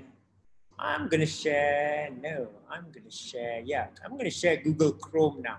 Okay. Let's share Google Chrome. Yeah. So here it is. So you already saw, right, when the impact of, the slowdown in China is that USD against ringgit goes up, USD against Canada goes up. Okay. Canada goes up. Now, let's find another pair, right? So here's what we have. So this is the common, correlation. Again, the yen tends to go up when things have to be repaid and markets go down. Okay, so let's see this pair. So we saw USD against Australia. Naturally, USD against, Australia USD. Australia against USD is going down a lot like that. See that? Because of the Australian economy is being impacted. So here you have Australia, which is commodities. Well, we're picking on Australia. Ame, can you remind me for our funnel, can we have different for Australia? We pick on Malaysia for this currency. No one from Australia will join.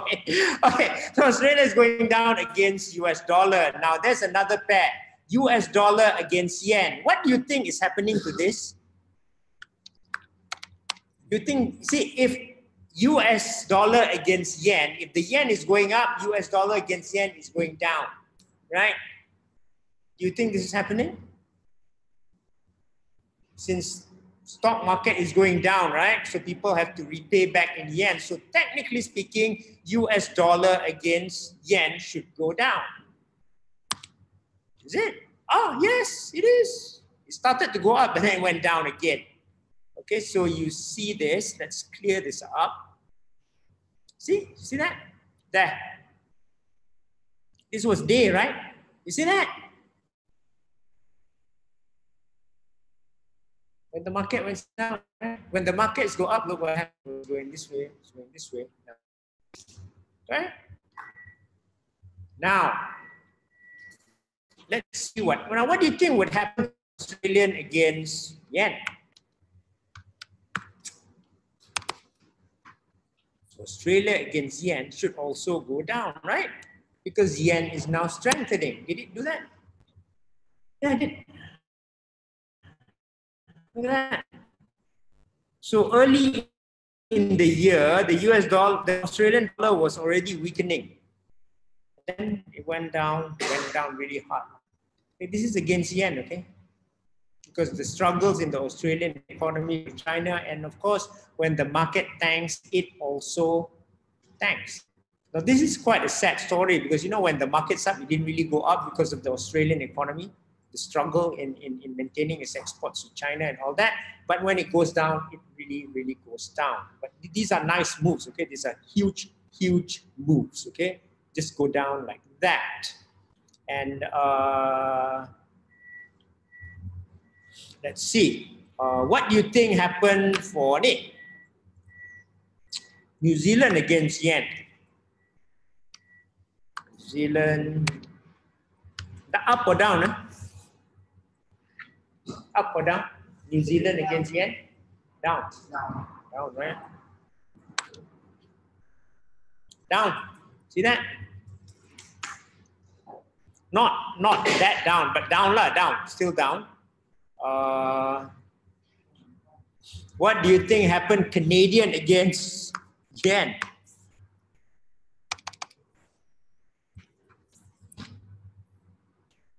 Down?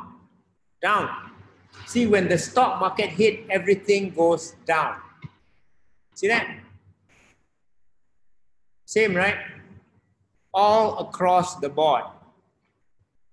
Whether it's Australian against yen, the US against yen, the Canada against yen, New Zealand against yen, it goes down. So, I'll answer that later. So, doesn't it make sense? Isn't, doesn't Forex give you an easier clue? The rule is very simple. When the market is going down, you can short the yen. No, you can buy the yen and short everything that's in front here. CAD JPY, NZ JPY. Let's do MYR JPY. Is there an MYR JPY? I don't know. Let's do this. IDR. USDA. Let's do RMJPY. Yeah, I wonder what RMJPY is. This is MYR JPY. MYR JPY. I don't know whether they have the pair or not, but let's test it out.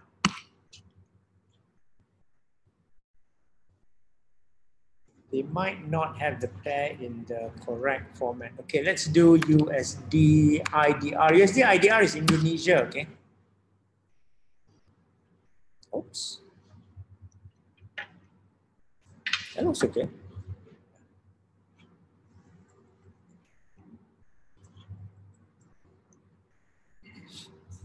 Does it make sense to hedge in the yen? Yes, pretty much so. Yeah, why not? You can get enough yen.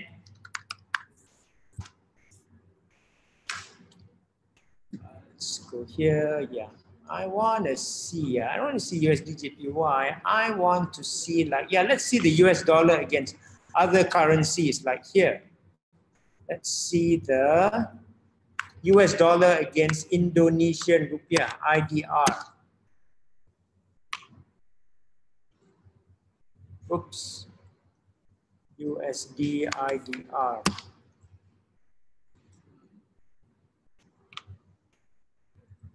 IDR, right? Indonesian rupiah. Yeah, INR is rupee. IDR is Indonesia. You see that? 15,002. Look at that. This is higher than 1998. 1998 was around here, didn't touch 15,000. So you look here, it was struggling to break up, but once it broke up, it's like 15.2K. So do we have any idea? I don't know what I really don't know what the code is. Yeah, this is against the Japanese yen. Look at that. Okay, because the Japanese yen, once the Japanese yen strengthened against US dollar, of course, Indonesian rupiah is going to struggle. So everyone is, yeah. Did it break the low? Yeah, pretty much so, yeah. So everything is now depreciating. So, okay, so now you know, if you want to look at, let's look at the stock markets, okay? Let's look at SPX, S&P 500. See that fall there? Look at that. That is a huge, huge fall. And that, you know, there's something called a trend line analysis here. I mean, this, yeah, you're supposed to do it from here, not there. It's the correct way to do it. It's from down there, okay? Yeah, landing right there. Oh, it landed at support. Well, congratulations. Yeah, there. It's, yeah, holding on, okay? But it broke this. Yeah, it broke that. Yeah, but we'll see that we'll go to the script tomorrow of what is going to do next. So you see the markets falling like that, and let's see the relationship. Okay, so this is clearly risk off. Now let's see the relationship between. Let's see. Yeah, do I have it here? Compare or add symbol. I want to see the relationship here between USD JPY because I want to see the relationship between the US dollar and the yen. See? When market was going up here,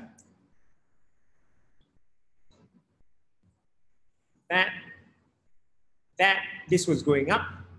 When the market is going down like this is also going down, right?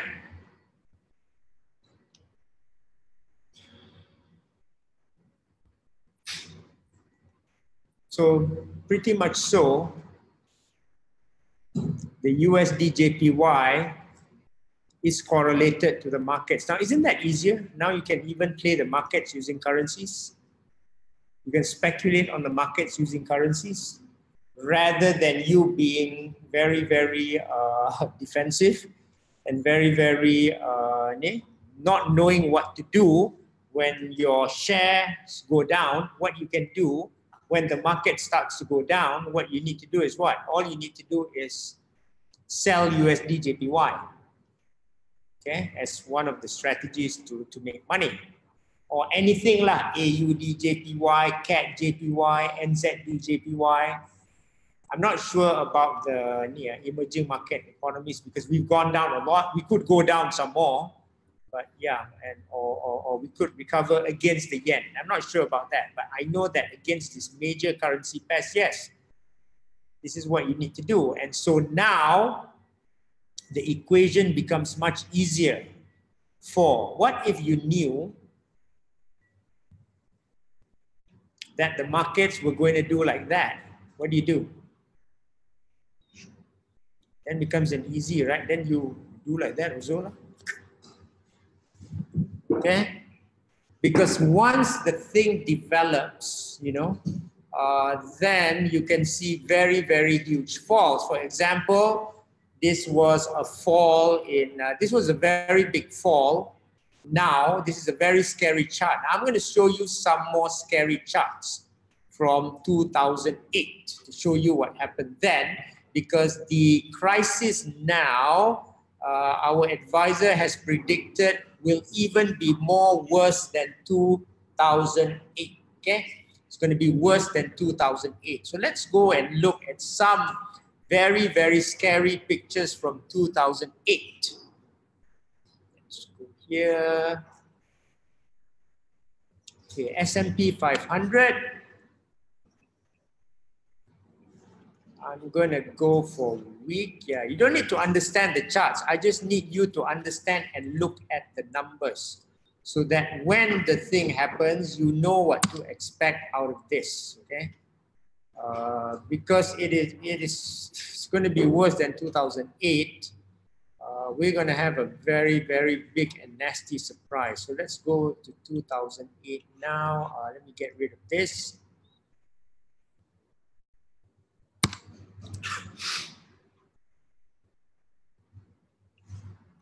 Who remembered in 2008? How much did the KLCI fall by? Anyone remember? Oh, this happened in 1998. Man. Okay. Okay. Look at this. Okay, this was This was the dot-com bust. This was 2008 bust. Remember this? Wow.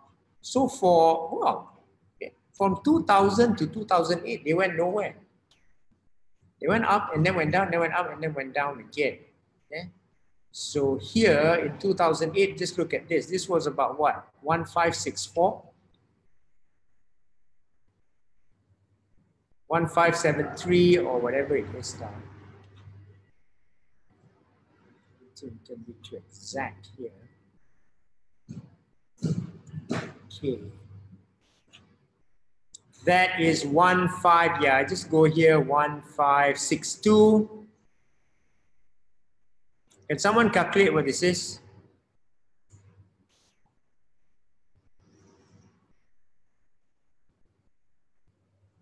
One five six two 666. 15 fell from 1562 to 666. What percentage is that?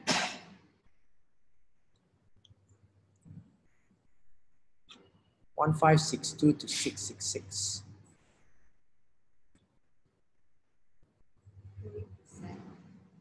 666? How many percent? 1562 to, cannot be, must be more. 60 then. 60, right? So this was down by 60%. Okay. I don't want to tell you the target for the S&P after you takut. I'm just going to show you the targets here, and then so that you can see what happened, okay? Because the US suffered a loss generation, okay? Look at this. This is really, really scary. Johan was there in the US, right? There was a loss generation here. It wasn't going anywhere, right? So we are now at 2940. How low can it go? What is 2940 divided by divided by 2? 1004, 1450. I want to know what the top of this line is. I'm just curious, you know. Yeah. Again, I didn't say this, but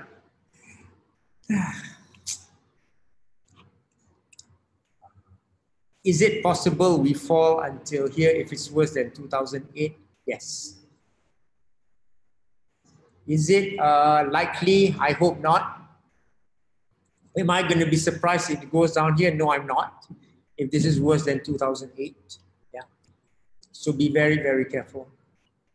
Okay, it just started. Now, for it to go really, really down here, there must be a series of really, really bad news. Okay, it cannot be just because just because the stock market is falling. It cannot be just because the bond yields in the US are rising and people are changing from stocks to bonds. It must be worse than that.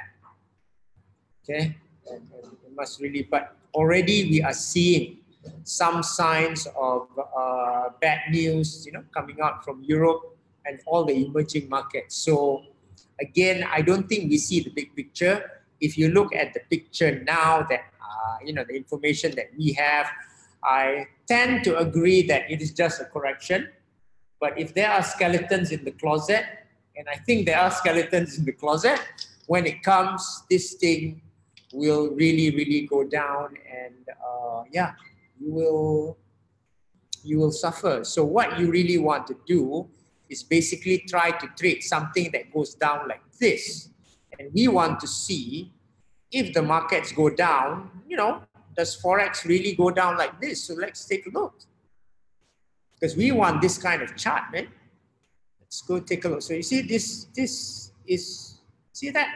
Okay, let's see that near. This is a weekly chart, okay?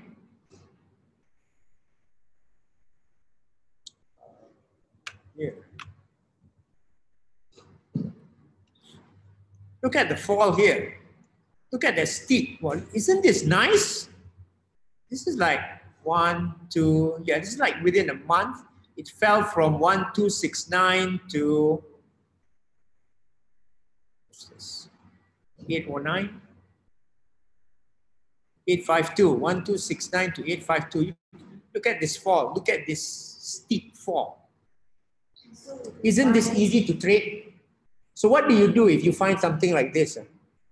I mean, the market's really degenerate over the next 2 years because the bear market is 1.4 years.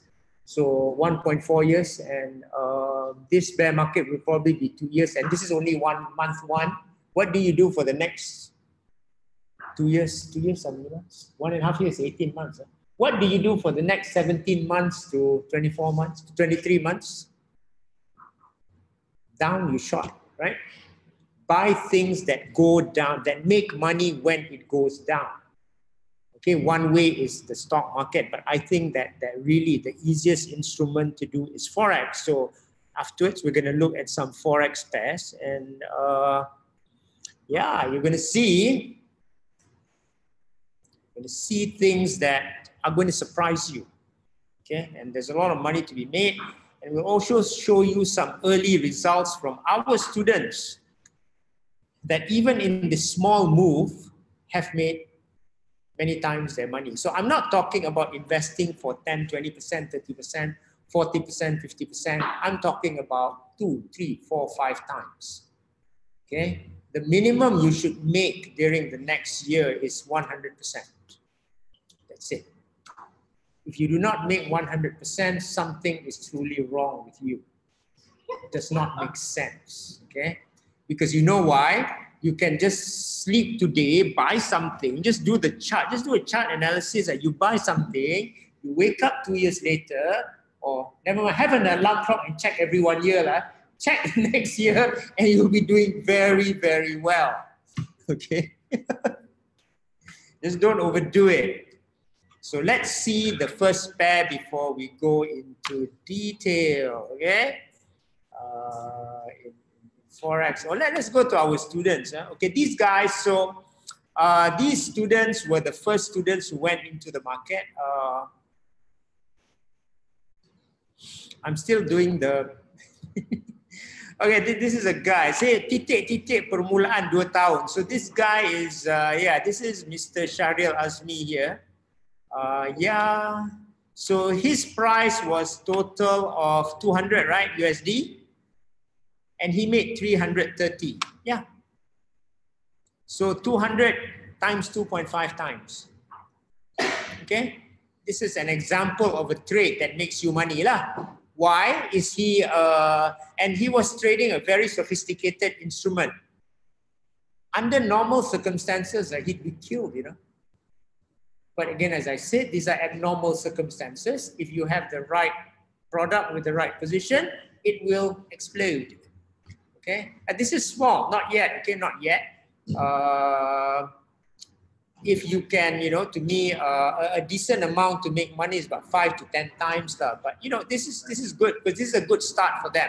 They feel the market already. They feel the pulse. So the next time they go into bigger positions because now they were scared. Yeah, they're very takut. Like Zol there. He didn't buy an option, he bought it late. You made what, twice your money? 100? 50%. He could have made much more had he gone in earlier, but it's okay. But he did go in, and now he has that first cycle of tasting the money lah. Does it feel good? Yeah. Okay, and this is a different kind of trade, okay? A very different kind of trade. You still have to get used to it. I'm just showing what it's possible. This is from Mr. Bidev. Where's Mr. Bidev? Oh yeah, he was with the Forex guy yesterday, right? Yeah, that's how much he makes. That's not bad in a week lah. You know? It's okay. Yeah. Again, what was he doing? Yeah, he was shorting USD JPY, right? Why did it work? Market was going down, correct? Market was going down and they were building positions down. See that? Because it was going like that. That's how you make. See, now he's cool. Now he's trying to behave very, very coolly. Okay? So let's go look at some of the charts here. Now we talk about Aussie JPY. You think that, well, yeah, if the markets went down in 2008, what do you think happened to Aussie JPY? Think go down or up? Down, right?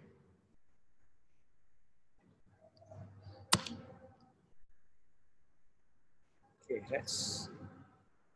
So if you see here, you know, there's up, down, up, down, up, down. You also got headache. Let's go to week. Look at that. You look at that. Isn't that beautiful? Do you see the 2007, 2008? This move was never replicated again. Isn't that one beautiful move? The ones that we refer to as Pandalela. This is Panda. You look at this. It was the biggest move since I don't know, since charts. This one. Yeah, wait, let's see what it was. This big move, right? Was within 14 July, October. 3 months. 7, 8, 9, 10, 4 months. 4 months to make a lot of money. Now, I don't know when the 3 months or 4 months is in the next round, which is why we have to position ourselves in. Okay, but there will be a steep move or there will be a steady move to the downside. But look at that. This value was 105. Eventually, it went down to around 55, half. In ringgit terms, and I hope this does not happen to the ringgit, it means the ringgit could go from 4 to 8. That's not what I don't think so. But it went down by half. And that move has not been replicated yet, right? So if this crash is really worse than 2008, imagine replicating the move. So afterwards, how would you like? We calculate how much money you can make on this move. Traditional trade. So sesiapa sini, whoever is not clever in Forex, whoever doesn't have the confidence, my advice is this: follow our group, and then give you my group. Follow our group, and you take a trade and you just sleep on it. You wake up doing very well, doing extremely well. Sleep in the cave. Okay? If you're like us and you have the tools, then you'll do much, much better lah. Right? Like Melissa said, she was shocked when my predictions come true. See, I always know the first move is not going to be the move lah. You know, I've learned that a long time ago. So I was working on my business really, but I know the next subsequent moves are going to be bigger and bigger. So now her shock for the next moves, if she's positioned, the shock S-H-O-K will become S-Y-O-K. Shock! A lot. Okay, any questions before we go into the details of Forex? Because I want us to calculate this move. Okay, because again, in this move, you do not have to be good to make money, you know. You don't. In like this, you have to be good to make money. You see this up, down, up, down, up, down, up, down. Not easy, Up, down, have to go look the trade. Today it's profitable, tomorrow it could be cut loss. And then you get fed up. And then you give up because you're tired. But if it's a move like this, what happens? Go to sleep. Have faith. Okay? And, yeah, it rarely happens, but yeah, it's coming there. Huh? It was never repeated again. That's why I said this year to next year is the time. Like in the next 2 years is really the time to where I think that this will really really explode. Okay, this will explode in a way that probably we have never seen before in history, and it's really time to make money. Okay, any questions before I go and share the rates, how we calculate the Forex rates? So you guys understand, probably I need to use the board afterwards. Change this a little bit to new share, PowerPoint. Okay, so you guys that have, I want to share that. So you guys that have lost money or were caught in the market going down, especially on KL, calm down. There is a way to recover the money back, okay? Provided you have capital. I hope you have managed to preserve some capital, because if you don't have capital, it's very difficult to help you, okay? So we got to understand this, this equation of pips here. So you see the picture here, everyone sees it here, but I'm going to remove this to and then move this, and then move it like that. Let me move this one.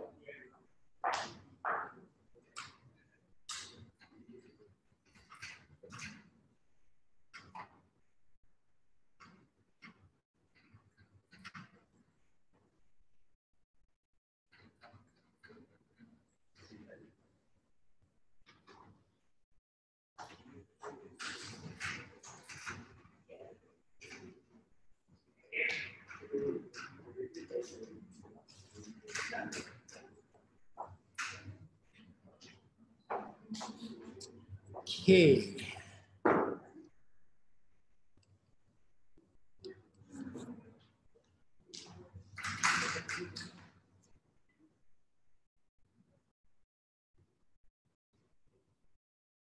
Okay, this is cool.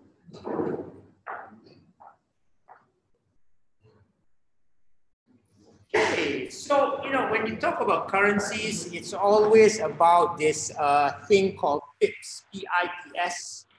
So I'm just going to give you an example here, not to really go into detail, but so that you understand enough so that when you calculate the value, you can calculate the value of how much you're going to make. So there we have an example here of where €1,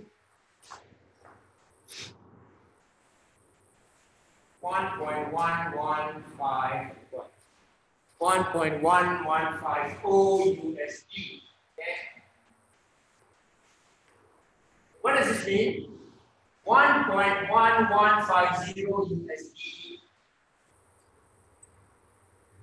buys €1. Okay. Now, if this value changes from €1 equals 1.115 USD, €1 equals 1.160 USD, you have a situation where more USD is required to buy the euro, correct? And hence, the euro has gone up against the USD. True? Right? So here, the difference is 0.01. Yeah, 1. It has gone up by 0.0010 USD, which if you have €1 is not very exciting. This is so unexciting. Okay, now what if you had $10,000 times that? What's 10,000 times 0.0001? 1, 2, 3, 4. 100. Yeah. How much? 10,000 times 0.00, yeah, 0.001. 10, right? Huh? 10,000. Yeah, 10,000. Okay, this is like crypto, like confusing. Can you get 10,000 times 0.001? Huh? 100, sure now. Calculate. 10, right? 10. So this is where Forex. Okay, now, so if you have $10,000, it moves by 0.001, and this last, is four decimals. So this last thing is called a pip. And this is 10 pips. Right? 10 pips equals 10 pips. Now, if you have $10,000, then you say, what are you? Well, there's no money there. I cannot even make money. What is this? Now, what if this goes to what is this goes to 1.1200? Now we have a situation where this is 0.100, right, which is $100. And this is 100 pips. Right? Then you have $100. Not bad. Not bad, but still not big enough to make you totally excited. Not excited, right? Not excited. You go trade, you go stress. Make 100%. What is this? And now, because they know that you guys are not excited, okay, they go, you guys are not excited. What the brokers do, because they are your best friends in the world, you know what they do? They say, Amir, what they say, Abangku behind that. You don't need 10,000 to invest. Here, I will give you a loan. I can give you 100 times. So you did not need deposit 1,000, you deposit only 100. Right? To trade that 1,000. And then what happens? Are you now interested in this? Isn't your return now 100%? If you are right. Is that good? That good? Really? Why do you think the broker is so generous to do this? You mean it's actually happening? They actually offer this? Yeah, they actually offer this. And they want you to take it. But why are they offering this such good a deal? Because of the doctor, my friend. Huh? Yeah. Why? Doesn't make sense, right? Why are they offering such a deal here? Why? Let's go here. This is very important, okay? Yeah, it's so important we have to do this. Why are they offering such deal like this? Where? 100, yeah, you can make $100 with this leverage. Why? Why are they yearning to be your friend?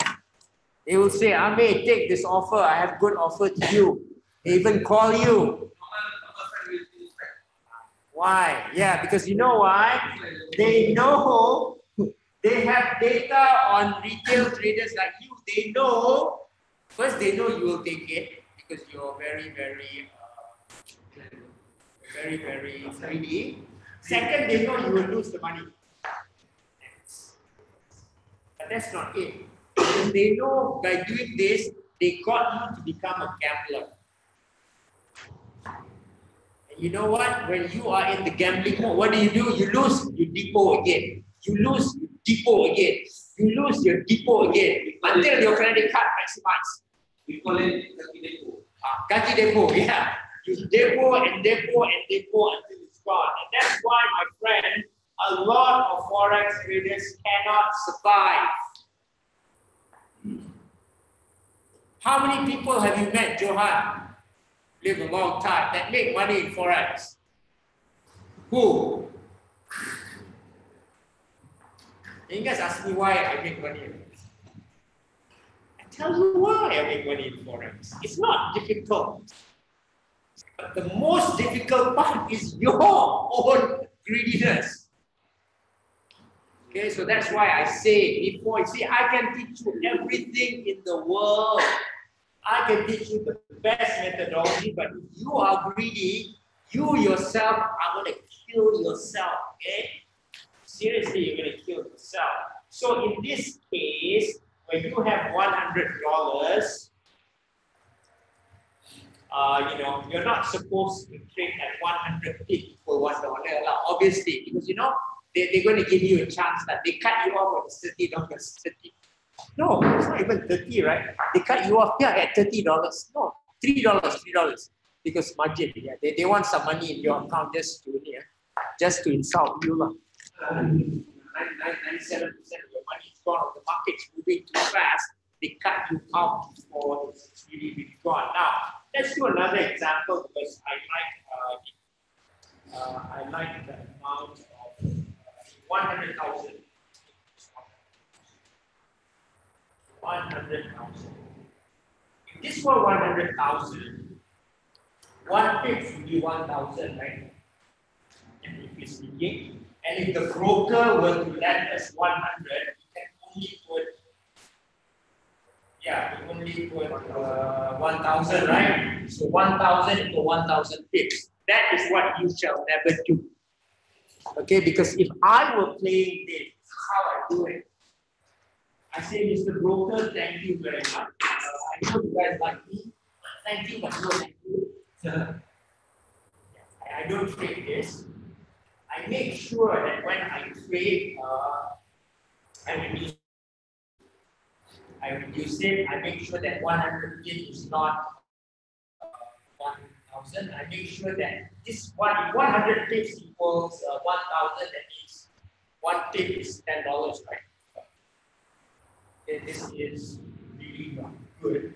So instead of this, I will have to make sure that I reduce this by a lot. I will reduce this by, instead of having 100,000 here,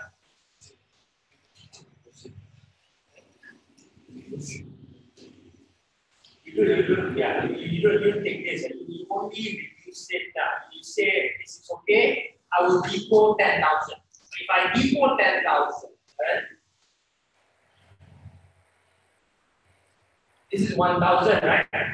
So this is 10%. So I can say that I move 100 pips is already 10% of my account. Is that good? Not so good. Not so good. Again, no good. Too high. Too high. What you want is to reduce it even further. In fact, what you want is, because here you can say that 1 pip is $10, right? No. Never do that. What I do, here, because if it moves 100 pips, you get 1,000. So 1 pip is $10. No. You know why so many people go broke? Except me and some few others, maybe Johannes. Because every single book teaches you that if you deposit $10,000, 1 pip movement should be $10. In fact, there's a big scam going on. It says 1 standard lot. You should trade 1 standard lot where 1 pip equals $10. And if you do that, I can promise you, your account is gonna blow. I reduce it by half some more. And I'm an old timer, right? So I trade where 1 pip equals 5. If you trade 1 pip equals 2 or 3. That's it. Enough. Because if you exceed that, you are in trouble. Not because you're near, not because you are not clever, not because you're smart, because you don't know how to control your emotions.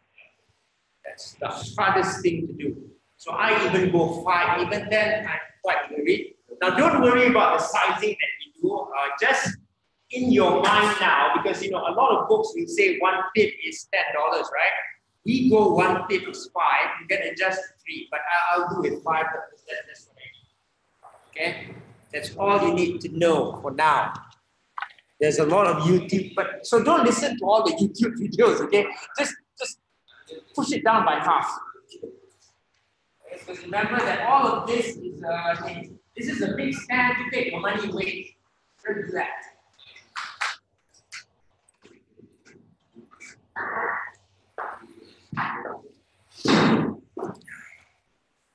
Let's go back to, so now that we have the numbers, then we can calculate the returns, the potential returns from Forex. Realistic returns, okay?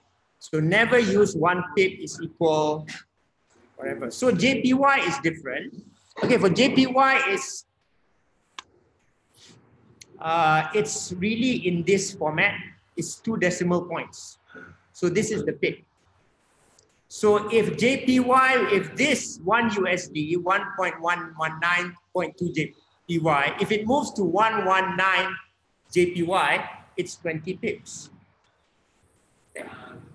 If it moves to 120.0, 120.2, that is 100 pips. That's so JPY is different from the rest. Let me draw it here. It's something else. So this is what we do here. So JPY, say you have 119.00.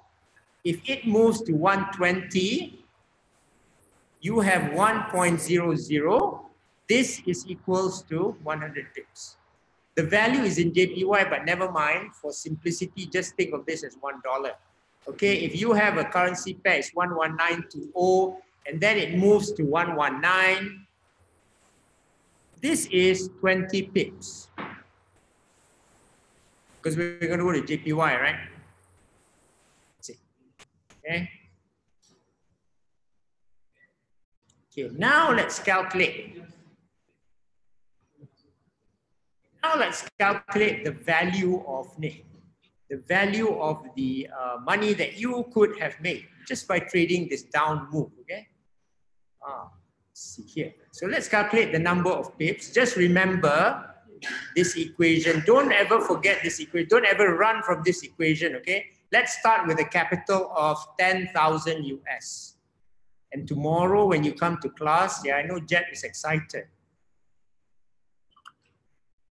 You will see a pseudo weapon of mass destruction. Just on a normal account, okay? Because we are smart people, we are very intelligent people, so we want more. So I'm just saying that this is a normal, yeah, this is a yen. Okay, so look at this. What is this? What's the high here? 105, yes? See this.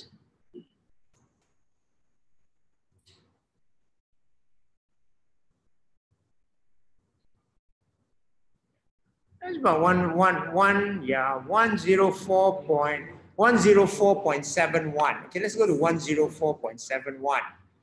104.71. I'm not using layering. Master Sifu here use layering. That means when it goes down to his target, he takes more and more and more.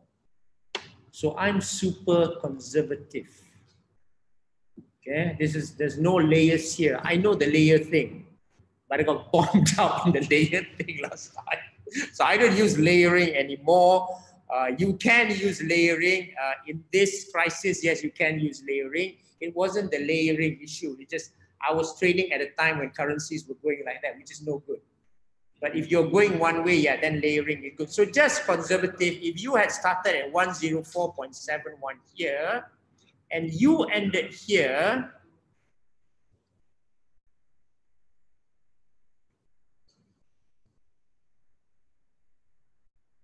$55.55. Now you're very excited, right?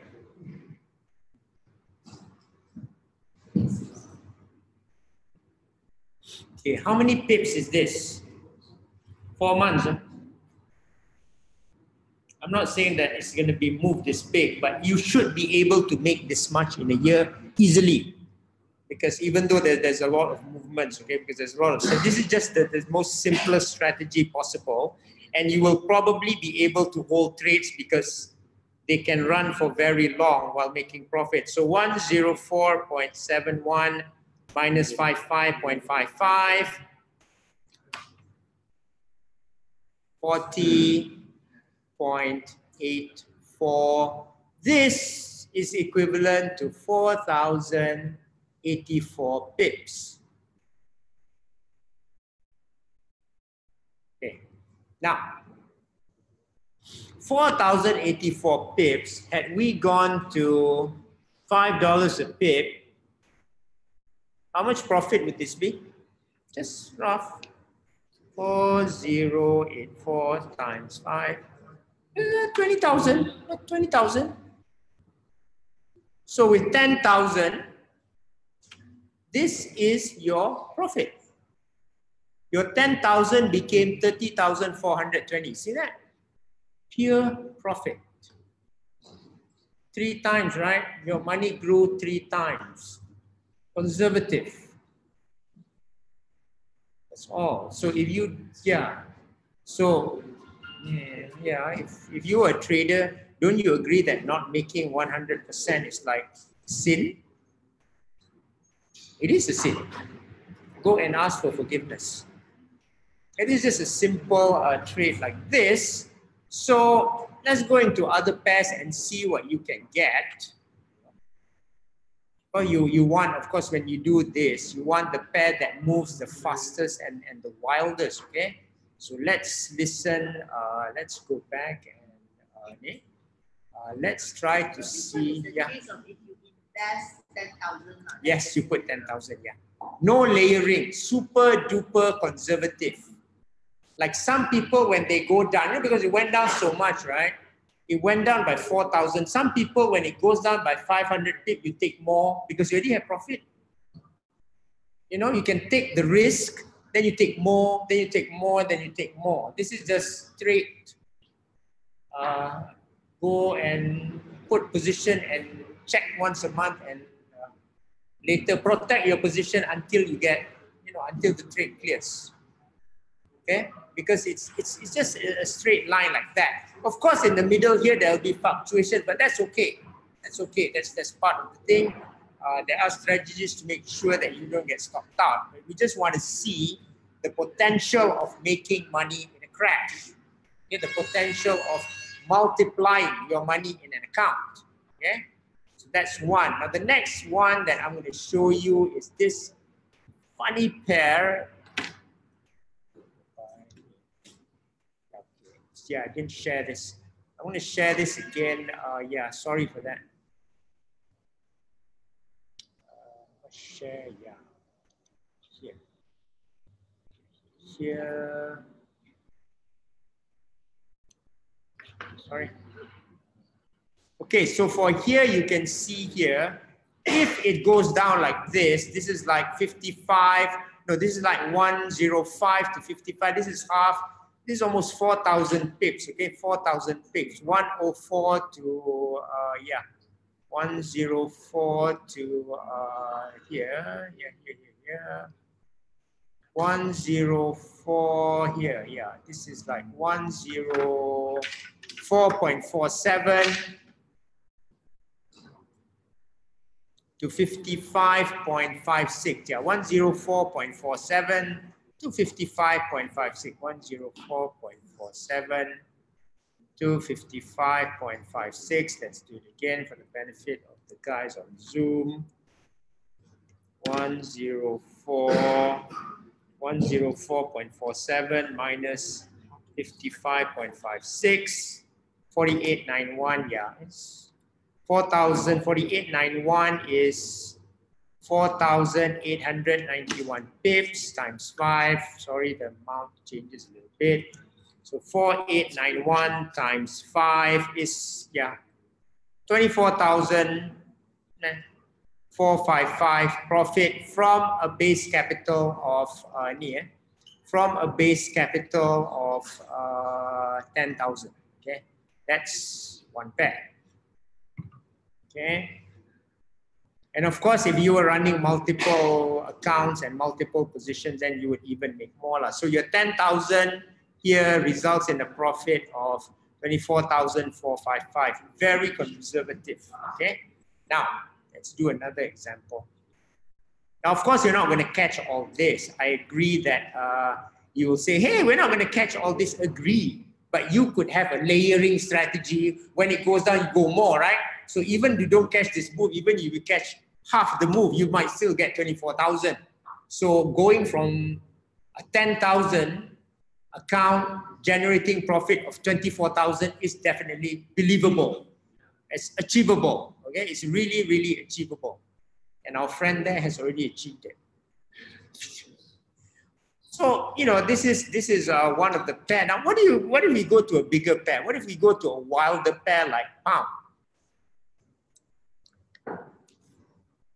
This is the British pound against, and then we look at the US dollar, okay, because the US dollar also behaves in a certain way during the crisis. So look at the British pound here. This is about, what is this? Is it 247, 248? 251. Okay, British pound went up to 251. Okay, 251, 251, and going down here, it hit a bottom here of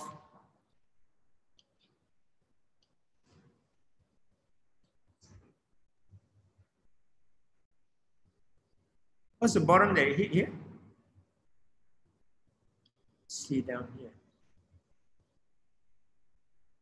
121, 121. Yeah, it hit 121. That's okay. So it hit 121. 1, 2, 1.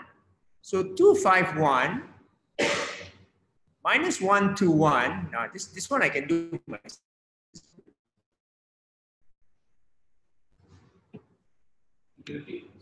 Isn't that like 13,000?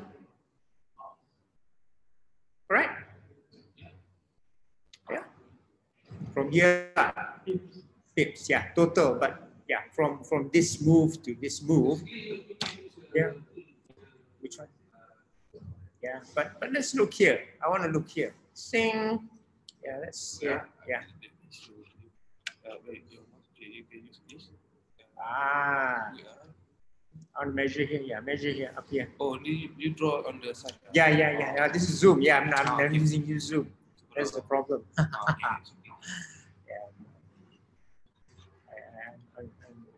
It's easier to draw here, but I'm just measuring what this thing is.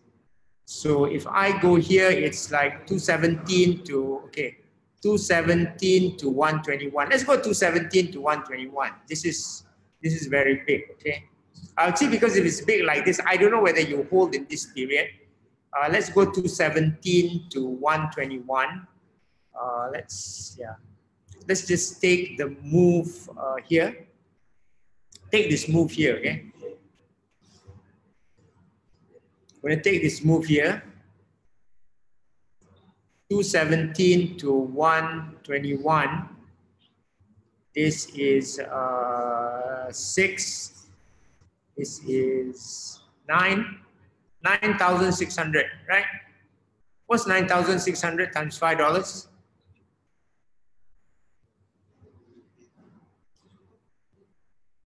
9 times 6, 9 times 5, 45, 45, 48. Yeah. So your 10,000 US grows to 48,000. Can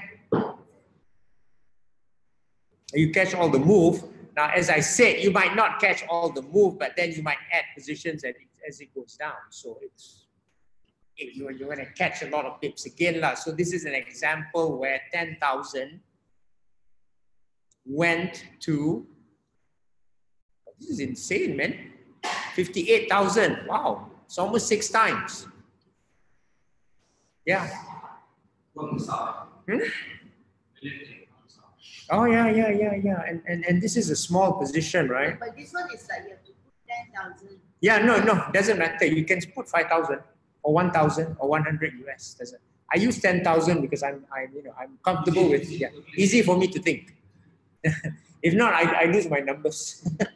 Yeah, but you can put 1,000 and it becomes like 6,000 or 500. Yeah, you can. Possible. Then how come with the... The different year make 500 to 55,000. Yeah, because he does a lot of layerings. Yes. Yeah. That's why I say it's possible. We are just teasing you here to what is possible. So if this is possible, you know, I mean, this is like the stupid man strategy who wants to go to sleep, lah. You know. So if this is really, really possible, then if you have more knowledge, then it's even more possible, lah. That's what I'm saying.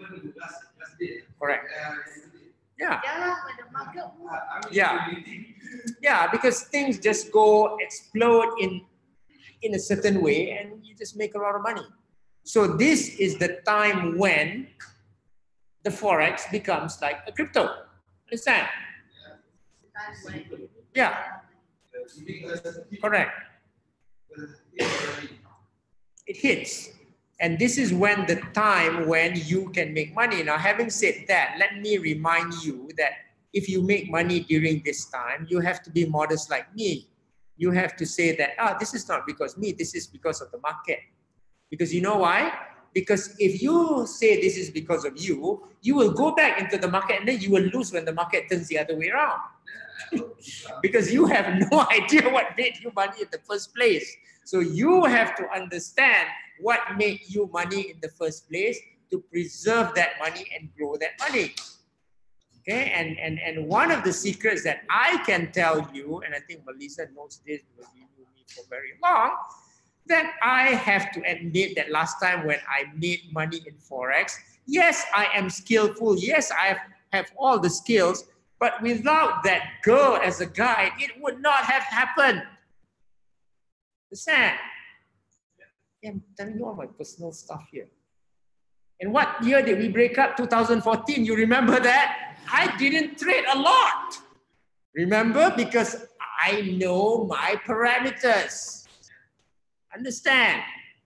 I know that, yeah, of course I can, at that time I could have told you all the long and short story about MACD, average true range. This average true range is this is correlated by this by 90%. This average true range is so you should do that. You know what? That is all the Saifu stuff.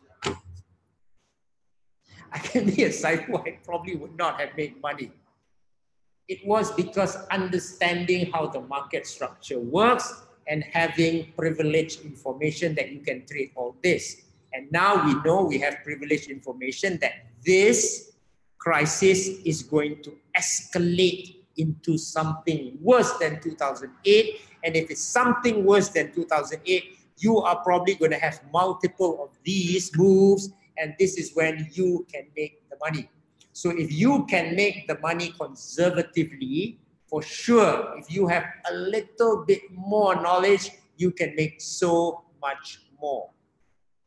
How long does the bear market last? I don't know. I was advised that it will last 2 years. However, the average bear market is 1.4 years. So to me, as a conservative guy, I have 1.4 years to do it.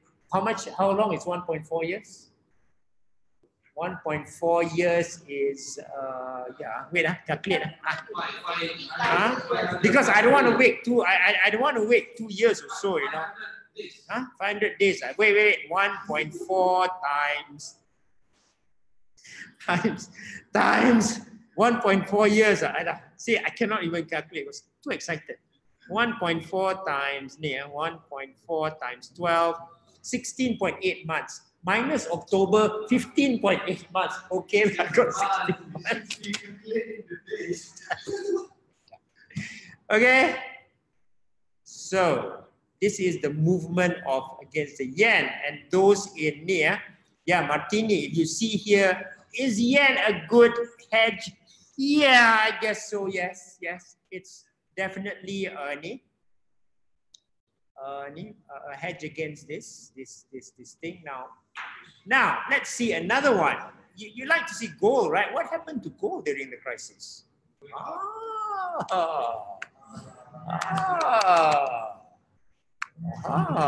And then I'm gonna give you what happened to silver. So are you convinced that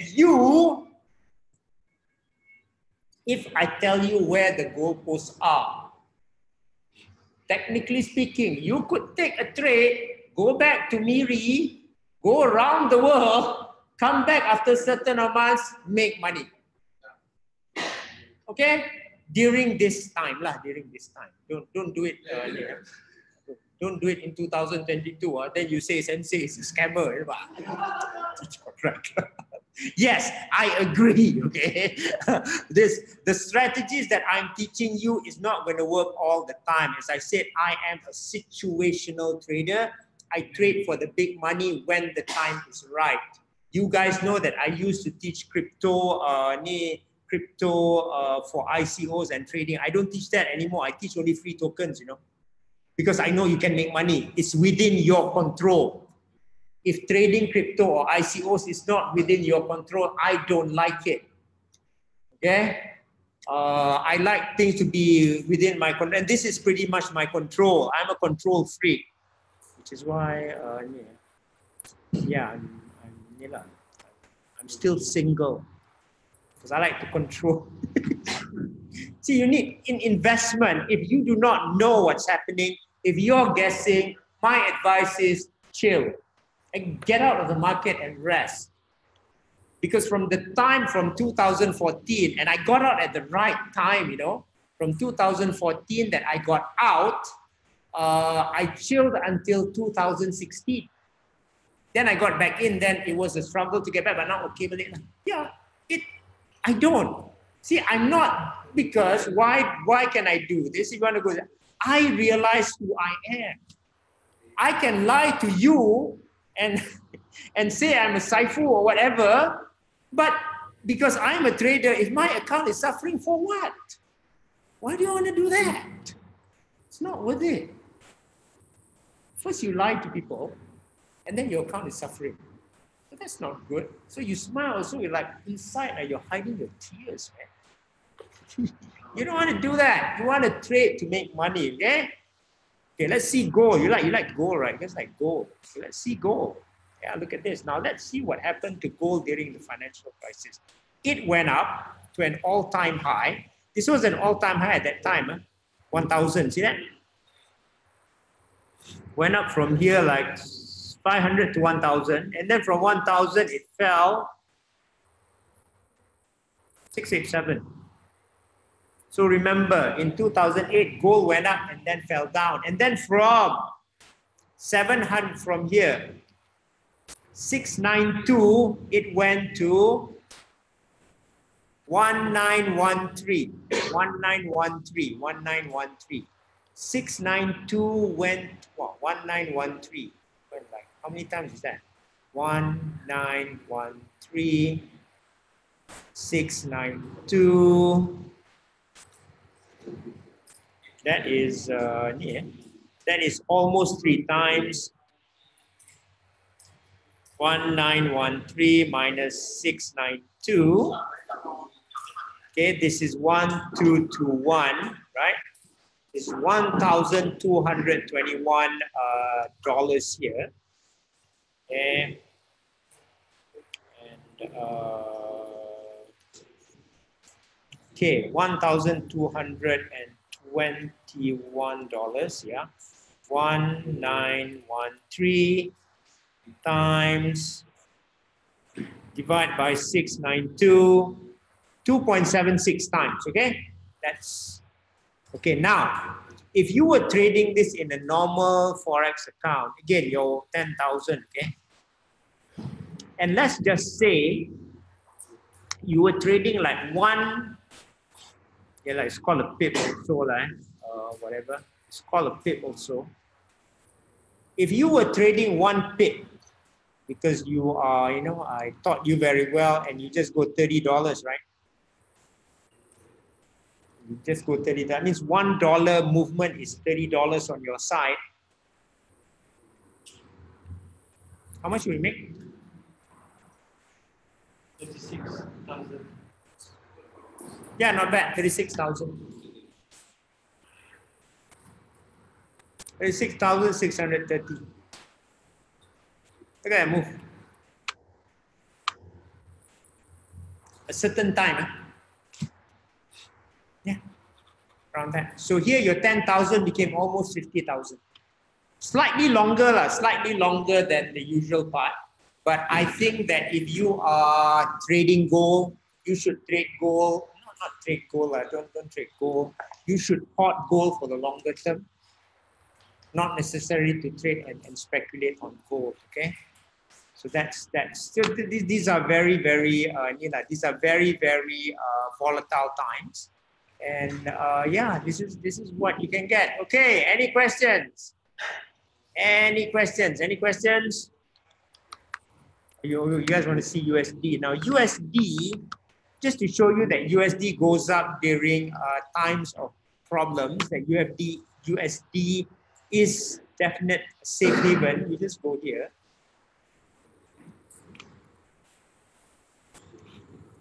USD,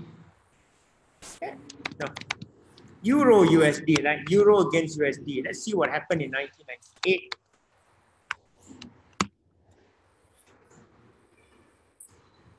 Yeah, so in 2008, Euro USD here went from here it is. Wow, okay, this is pretty much a bungee jump here. 1.6 to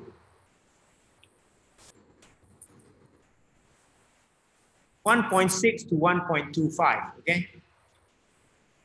So let's see it again. Let's go here and see this as it goes from 1.6000 to 1.2500. This is 35. So this is about 3,500 pips times 5.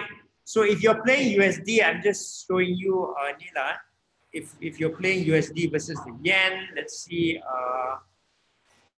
If you play Euro USD from the top to the bottom here, this is 3,500 times 5. This is 17,500. How much you make? I know it's a lot, but it's not interesting compared to the other pairs that you see on yen, right? That's one. Now let's go and let's go and look at Euro JPY. Just to whet our appetite. So if you were in Euro JPY, here it is. This is 170. 170 all the way down here to 113. Okay, 113, just roughly. 170 to 113. 170 to 113, 170 to 113, 57. So 57 times 5, 285. Yeah, this is 28.5. So you see, if you play the traditional euro, you would only theoretically make 17.5, whereas if you were in the yen, you would make 28.5. That's the difference, right? So that's why you go for the yen, okay? Wait one moment, answer this question.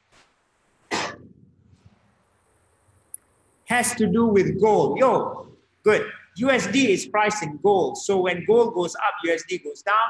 Gold goes down, USD goes up. That's the difference. Yeah, correlation. Correlation, no problem. Okay, good. Good question. Yeah.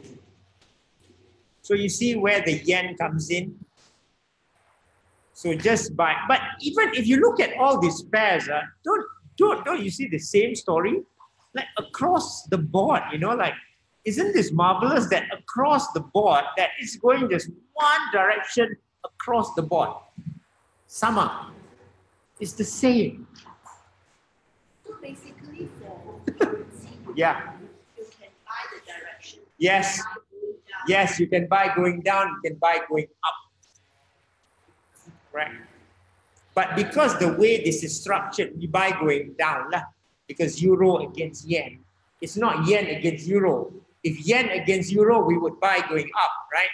But this is euro against yen, we would buy going down. This is just standard and what the brokers give you as quotation. Don't get the direction wrong. What does that mean you have to show?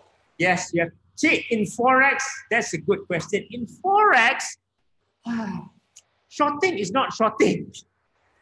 There's really no shorting in Forex, you know. Because you know why? When I am long, the euro against USD, I'm just betting that the euro goes up against the USD. The USD is going down against the euro. But when I'm shorting euro USD, am I really shorting USD? Or I'm shorting euro? Am I really shorting euro USD? No. In the sense of the word, I'm not shorting like I'm shorting shares. Yeah, I'm just betting on the USD going up against the euro. But yeah, we do use the term long and short. But technically, that means Yeah. you have to short. Yeah, you short. That's the term you use. Yeah. But Then there is the risk. the risk of Being naked. no risk. This is different. Because here, yeah, no risk. Yeah, that's why stock market traders, you need an adjustment. Yeah, I know you're talking in the stock market. I know. There's no risk, here. Because this is euro versus USD. Okay. So if euro is going up against the USD here, like here, it goes up, right? Because you need more USDs to buy euro. See, 130 here is 110, here is 131. So you buy, that means euro is going up. But if you go down here, yes. When you go here, it means the USD is going up against the euro. There is no stock, there is no borrowing stock or anything. Because if this, yes, you sell, but you sell the pair. Because if this were USD euro, guess what? It would be different. Yeah, because we cannot buy USD euro because it's not quoted like that. It's quoted euro USD on the broker side. I sell the pair. Yes, you sell the pair means you are hoping the USD will go up against the euro. But if it does not? It does not, you will lose money. But I will not lose all. You will lose, you will lose all if your margin is called. Yes, if you're sustaining losses. And usually at 3 or 4% of your balance account, they cut you off anyway. Yes, you can lose money if you're wrong. But then, and in normal market circumstances, Johan, you look at this simple graph here. Yeah, we haven't gone to the daily, but you can see it here in the structure. In the normal circumstance, when you are trading currency pairs, let's be frank, which is why I can still survive. Do you think it's easy to trade this? Up, down, up, down, up, down, up, down. Very difficult, right? Easy one. Yeah. Yeah, I trade, yeah. See that? Up, down, it's not easy.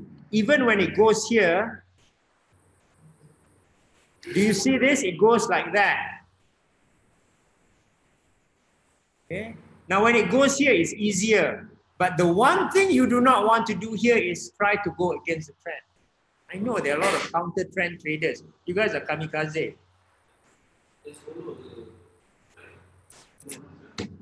Correct. And I tell you after the problem with signal providers. Okay, this is answered already. Okay.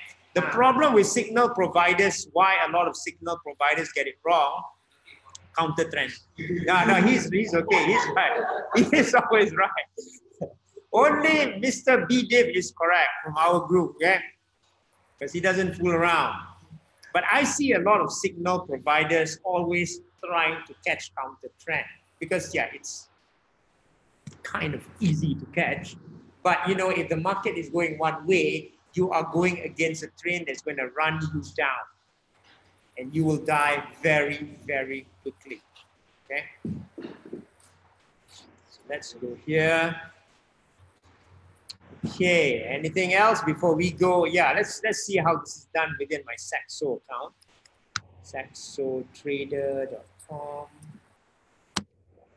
This is my Saxo account.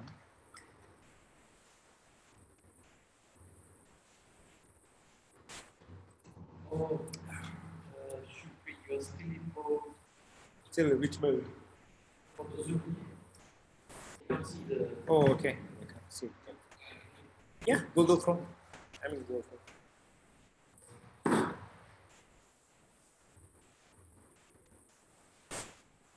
Okay, okay, you guys can see it, right? Let's see. Can I go in? Oh, I got maintenance.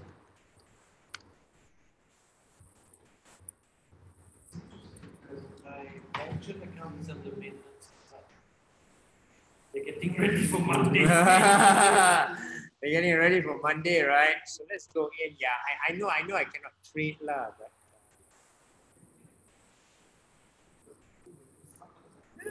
okay, so you see this, and these are the pairs here, okay? These are some of the pairs, the Euro JPY, this,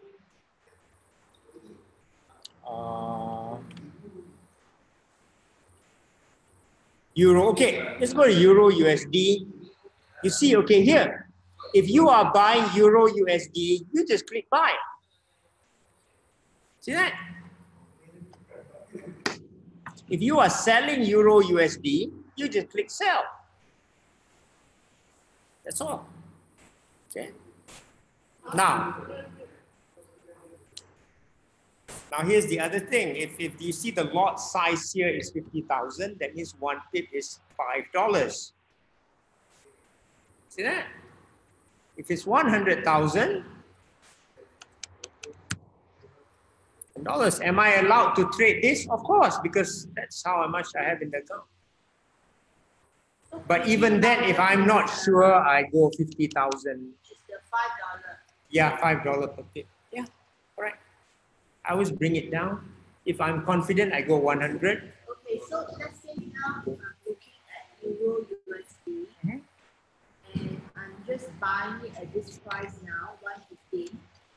Okay, you will buy at this 1.1561, right? Ignore this. This is called a pipette. Just ignore this for the time being. So I buy at Yes. 1.1561. Yes. And then I just wait. And it goes to 1.6, right? Just say it goes to 1.16. Okay? And I'll wait and then I'll sell it. Yes. You say it goes to 1.1600 and you bought at 1.1561. Hence the difference is 39, which is 39 pips. Times 5. Then you will make $5 here, and yeah, and then this will be around 5 times 9, 45. Yeah, 45. 5 times 3, $195. Yeah. But now the cost here is basically only 3. Yes. Commission. Yeah, commission. Plus, they also have their spread, but it's okay. I know it's expensive. I know a lot of people complain that Saxo is, but I guess, yeah, if you're looking for little money, it's expensive. But if you're looking for big money, do you really care? You're not, because we're not speculators. Is, that's where the call margin is when something goes wrong. What's the margin? No, this is what you have to have as margin to trade. This is the leverage they give you. You know, the amount the broker give. But ignore this. So You know why? You know why? Because this will make you overconfident and you trade bigger. When you are in like this is totally ignored. So if your account here has 10,000, you trade for $5, right? Which is 50,000. If your account here has 20, you can trade 100,000 here, which is $10. That's it. Done. If you're still new, $3 per pip for every 10,000. If you are new. Now, yeah, let's say I buy 3. You're buying 50,000. Yeah, because that's the commission. That's all you need to pay. Now, some brokers don't ask commission. Again, yeah, Saxo is expensive, blah, blah, blah, blah, blah, but there's a lot of instruments in there and it doesn't cause me any problem and I can withdraw and makes me happy. pay 1.156, right? That's the Which one? times 5. when I buy, how much? Yeah, 1.15. See, and they borrow you the money already. As long as you have the money inside the account for the margin, it's okay. Same. Yeah, just don't impact Why the it. amount not the same? Why not Hmm? Why did they? This is commission.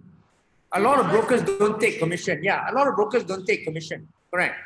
I mean, this is the thing with Saxo. People say it's expensive. Now, here's the thing, okay, guys. If we are trading for big money, do we really care about them taking $3? No. But if we are in, out, yes, it matters. I just want to Yeah. know, like, if I buy now, Yeah. how much money do they deduct from my account? Yeah. 1593. Yeah. That means you can't use it until you clear the position. Oh, so they don't deduct. They don't deduct. They don't deduct. Yeah, they don't deduct. Yeah. In here, is this the small margin impact? Yeah. So I'm actually trading on borrowed money. Yes, I you're don't trading even on borrowed have money. to You take don't out even money. have to do it. Yeah. Don't have to take out money No. myself.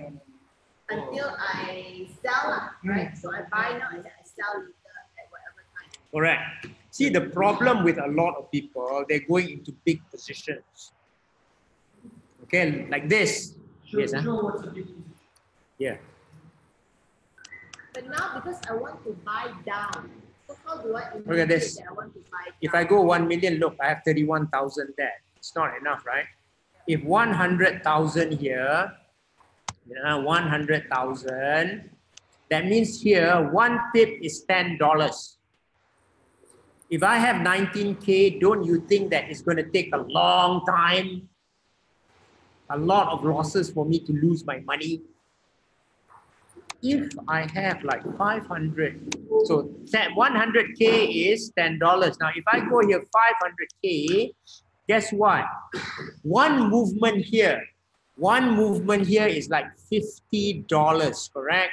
Here you got one movement equivalent to $50. Here. Now here is where things get really, really hairy because now, okay, here, just now, if it moves a mere 40 pips here,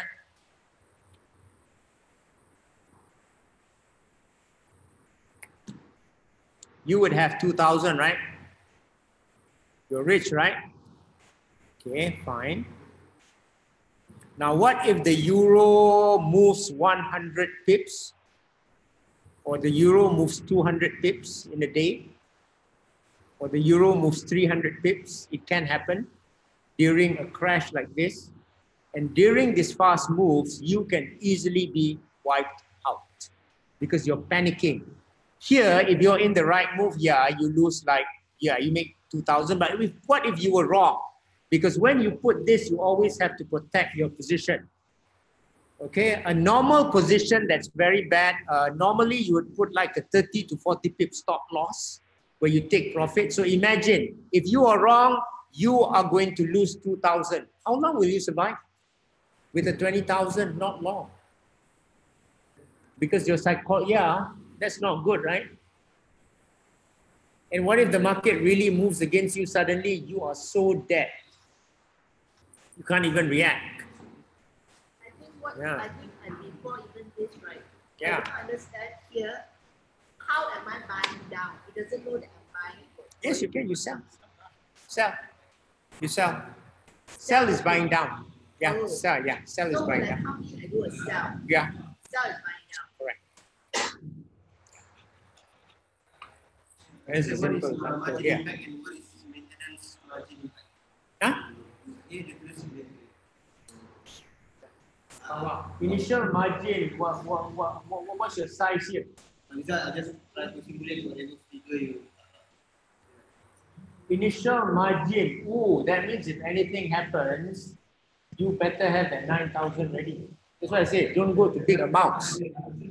See, this is why I said, but this is a good example. See, this is why I said when I trade, this is why I make money and I'm safe. I never go into that territory, you know. I don't even want to experiment with it. Because once you are caught, there is no way out. So I just keep it small. The money comes, the money grows. I understand that you know, when we trade conservatively, now I can get 100%. But of course, when the market is good, you get more. That's all I want. Enough. Yeah, I have dreamed in the past of making big money using this, but no, I'd rather not do that. The time to make big money is when you're going to have large market moves like that, and not here and not here and not here, which is difficult to do. They do the easy things. That's all. Even in crypto, right? I hope this has been a good session. See, people are asking me, what's the option? What's the option? What's the option? But listen to me. Why am I making money? I don't have many options. This option or that option, one will work. It's like you having many wives. How can you focus? Bad example, but I hope you get the point. I hope you get the point, okay? Because guys, this is trading. You can lose money as fast as you make it. You want the fewest possible options possible. Now, if you want to experiment, you can experiment on small accounts, but some positions, like what Zul was doing, you can't even experiment in small accounts. You have to experiment really. You want to take that chance. Yeah, he's a FOMO. I am not going to take that chance. Understand? Now, because Jack is here, just to tell Jack, because you want to know my secrets. I told you guys, I'm giving you guys my secret, right? There's no big deal. And look at what the outside world thinks. You think I know everything. Do I know everything? No. I told you I'm the dumbest sifu of all, which is why I'm a sensei. So I focus on making money. You all thought I knew about, you all thought I had many options, like no. You all thought when I had many wallets, you thought I had a lot of wallets, different type of wallets, like no. All I did was replicate my Ether wallet. I'm boring, but that's why I make money, right? Because George Soros said it's supposed to be boring. And when I go for this pairs, it will be only certain pairs that I focus on. Why? I showed you what's going to move biggest. So just focus on the pairs that are going to move the biggest. That's it. Boleh? See? You guys learned something today, right? Yeah, because you know, it's easy to have all this FOMO and all this. But at the end of the day, we always have to, are we really going to make money from that? Or are we just pretending we're making money? And that's what we don't want. We really want to use this period to make money. But great. But yeah, it's good that we have these interactive sessions. You know, now you know why I make money. It's no secret. It's simplicity. Keep it simple. It's the ability to keep it simple. And now, since I've been saying a lot of things about myself, I'm going to give you a saying. I have to show I'm smart also. So there is a saying, okay? Simplicity is the ultimate sophistication.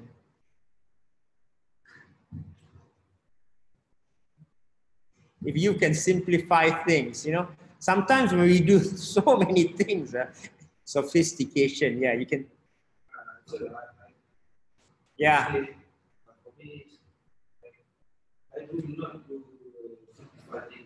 Yeah. See? Now you have to learn how to do simplified things. Yeah, just be as simple as possible, execute. Then you don't have to be that clever, okay? If you are doing complicated things, you have to be clever. Now, I admit some people are very clever, and that's fine. But can you be as clever?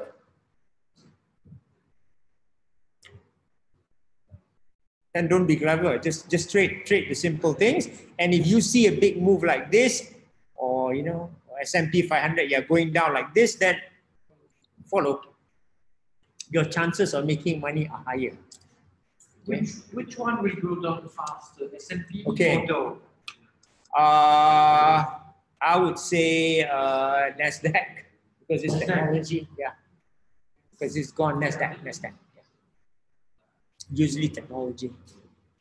So all we need to do is just decide and have in our strategy sessions, just decide on which ones are going to go down the fastest. Yes, of course. That's all we need to do. Rather than going after everything, we just focus on what goes down the fastest, okay? So let's clear all the drawings. Let's get back to our PowerPoint. That's the point of the day today. New share of PowerPoint. Okay, any questions? And that's why in this year, I can do something that I think a lot of people cannot do or will not do. So again, as we saw just now in how to get 96% a year, the formula is very simple, okay? Now you just saw how tight, 96% a year. What is 96% a year? Okay, you saw the movement of the pips, right?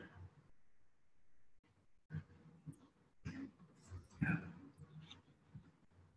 96% a year is 9,600. Did I get my calculation wrong?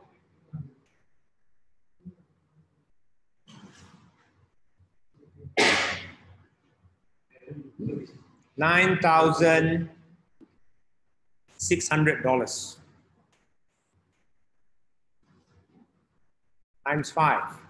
$9,600. That's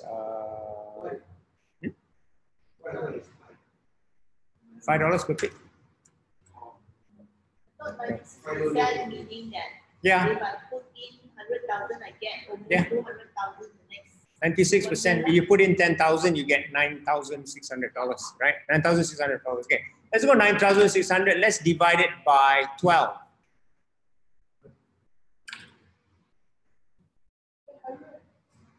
Right? 800. What if you divided it by 20? 40. $40 a day, right? What if you divide it by 5? $5 per pip, 8 pips a day. That's all it takes, you know. So why do many Forex accounts fail? Because they target big, right? Because you target very big. If you target very small, it's very easy to get this. Okay? And we are talking about normal circumstances. Yeah, that's all. But it's also quite difficult because if the market is going up and down like that, then you get whipped out.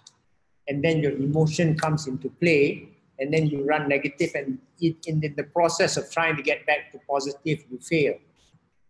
So theoretically, it's easy, but it's quite hard under normal circumstances. However, during a crash, when things move in one direction, just follow, right?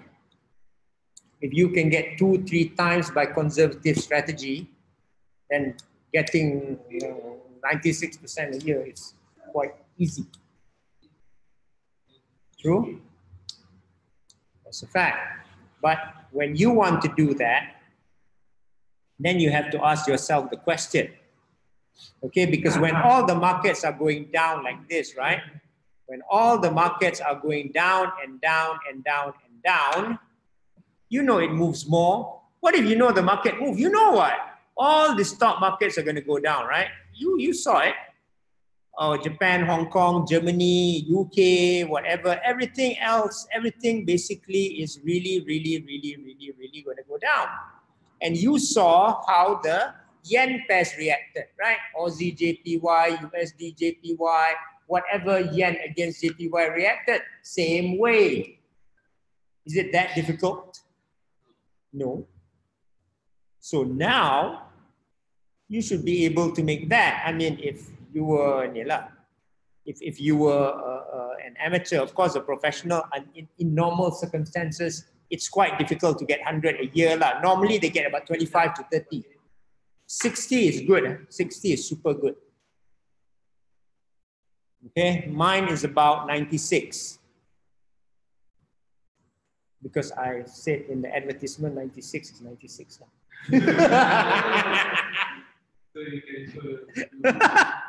But that was under very difficult circumstances. So, you know, going forward now, what we are doing in our group. So this is what we're doing in our group, okay?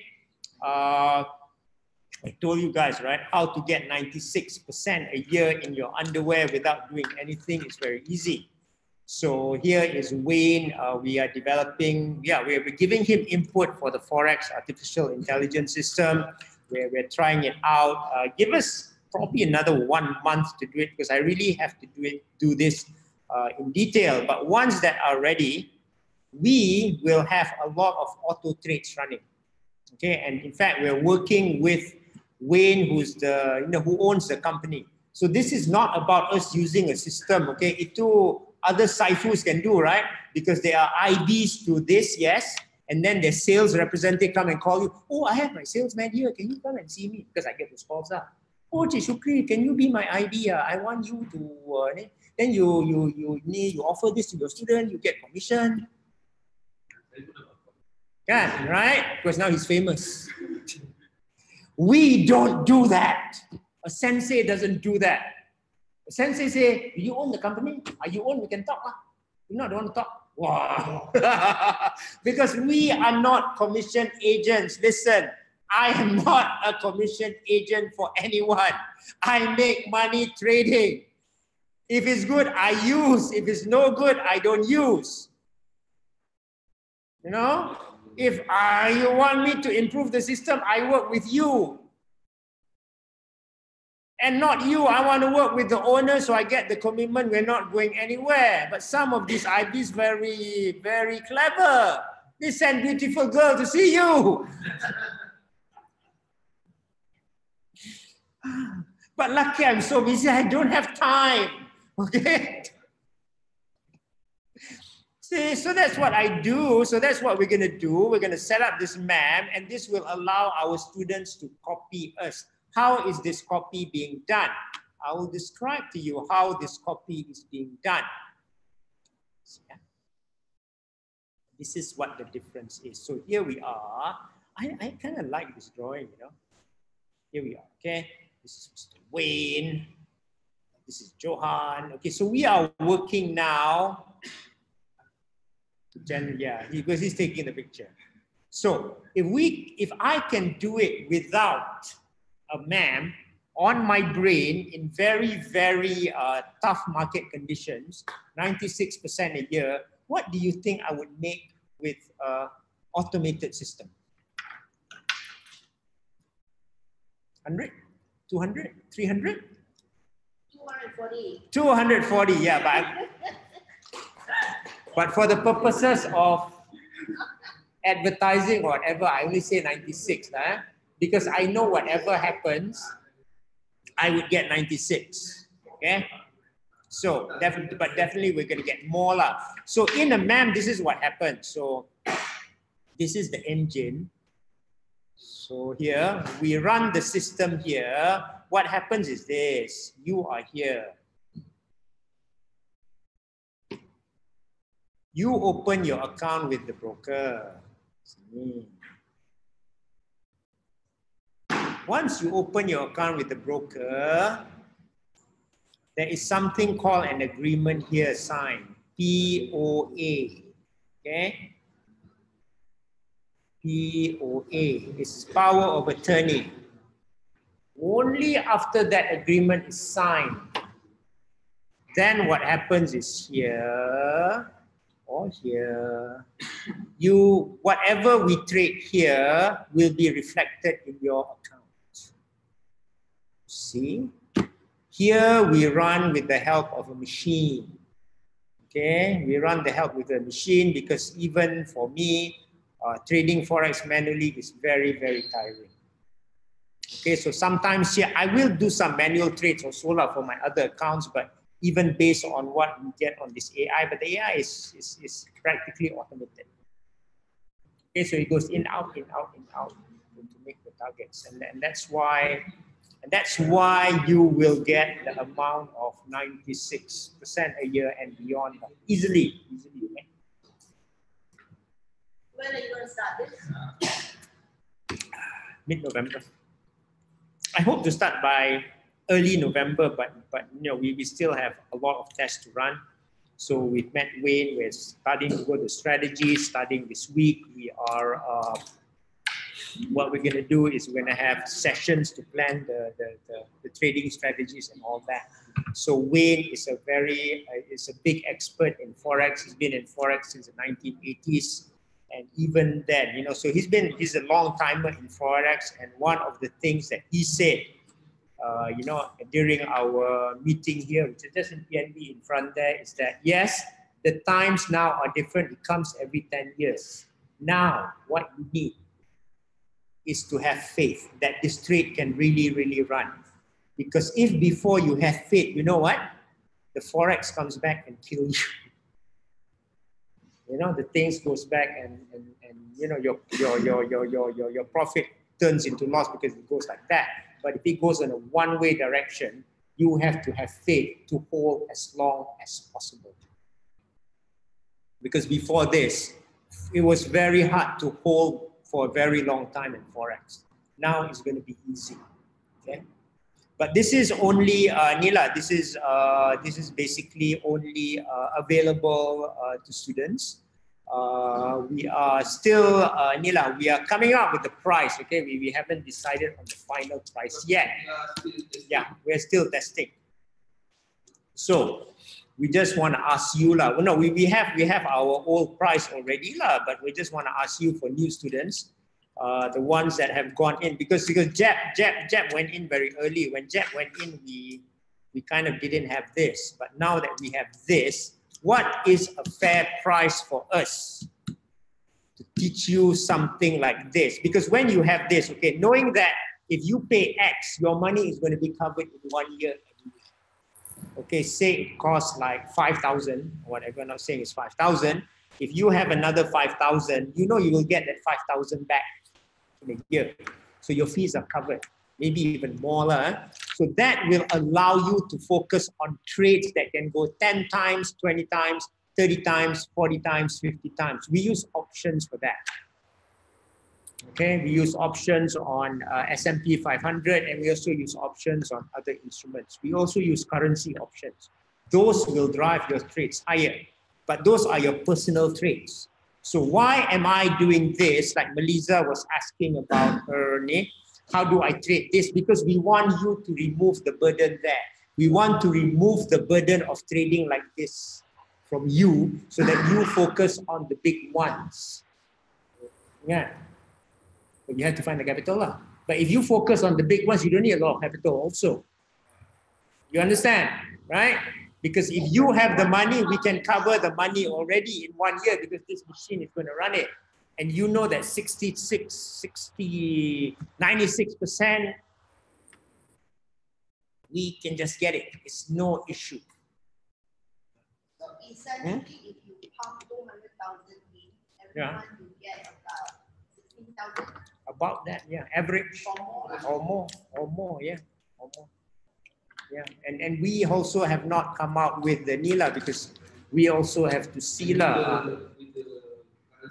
yeah, going down. If the currency in Malaysia going down, then you Nila, you make so much more. So we are now trying to find a price discovery also. What really is the right pricing for this, and why do I want you to focus on the big money here? Here's some evidence here. See, these are some early results. Thank you, Sensei. Short. Yeah. So this guy shorted.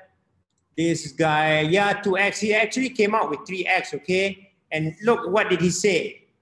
If it goes to where I expect it to go, it can even go 80x. So now they see. Before this, they cannot see. So I want to remove that burden of making 100% from you so that you can focus on this. Understand? Understand. See, it's easy, right? So this is not like some other saifu thing. We're talking here about again, nothing is guaranteed, but you can see from past performance that, if you can bring those returns in a very tough situation, then surely you can bring it very, very near. So okay, again, this is not finalized yet. I just want to see what's a fair offer. This is me here. Can I make my picture bigger? Yeah. So much ranking. So that's why initially I thought of 5188. I'm just asking for your opinion. There, 96.6, betul? There, right? Yeah, I was top 10, but then I because I was so busy. So yeah, you lost the ranking, but so what? It's 96. I'm sure it'll go over 100. Yeah. So what we have is a copy trade to MEM for now. So you can focus on asymmetry, and we have also a private group where you get access to even more, okay, even more trades, and then you can make more money. But the idea is simple. If I can remove, what we're trying to do is very, very simple. At this price, if you have an additional 5,000, you'll get it back in 1 year, maybe even earlier. I don't know. Because the MEM is always running, right? You can always pull it back. If we have a down move like that and we make a lot of money, of course you can put it back in less than 1 year. But you can see the performance here that of 96%, that it's easy to get 96. Okay. I don't know, have any other Cyphers offered this? No, really? See? Because I've done this before, then the confidence is there. No sweat. But even here, you have to look at my evolution. Even here, I am now going from manual trading to auto trading using an AI system, right? See? So even though I have the track record to speak for that, I'm not resting on my laurels. I'm simplifying and simplifying further. Yes, any questions? So I'm not sure when I will have the Forex class. It depends really on the demand. Okay, the crypto class will have in November. The Forex class depends. But again, during a crash like this, there are probably 10 opportunities to make money. Okay, this is the first of, there are going to be 10 earthquakes, okay? I don't know whether this is the biggest one, but I know there's going to be many, many more opportunities. And if you get if you get it correctly, then you're going to make a lot of money. Okay, so you have your name. Why we are doing this model? We teach you, but when we teach you here, we know you can get the money back, right? Within 1 year. And then your other capital here, this should be used, to make what? 2x, 3x, 4x, 5x, 6x, 7x, 10x. I don't know. Up to you. Understand? So at least there's a base here that covers it. Done. Okay? Anyone does this? Anyone does this? All right. Huh? Focusing on tomorrow will be, so I gave that day on, I gave them a story and I told them to buy this certain option, and they did. And I think they came out with flying colors getting 2-3 times. Tomorrow is another tool that's even more powerful than that. That they can make more money than that. And then they can implement. Now, I also have a private group, which are US2K4.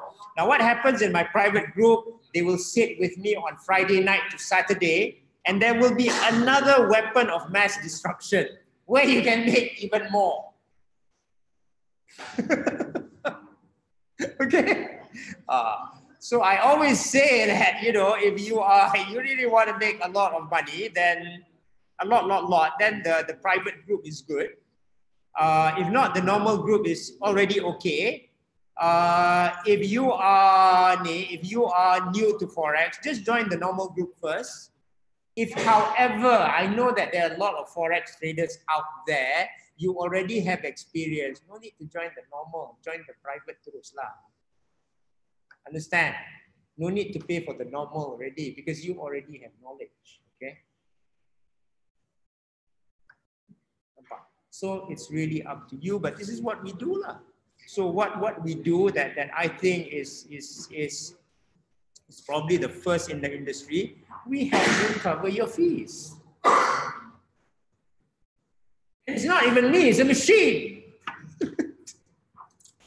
And you saw that when it turns like that, right? For a human to follow it down, you think it's easy. But the machine can follow down, right? And layer more. That's what we want. And Johan was there with Wayne yesterday, right? Have faith.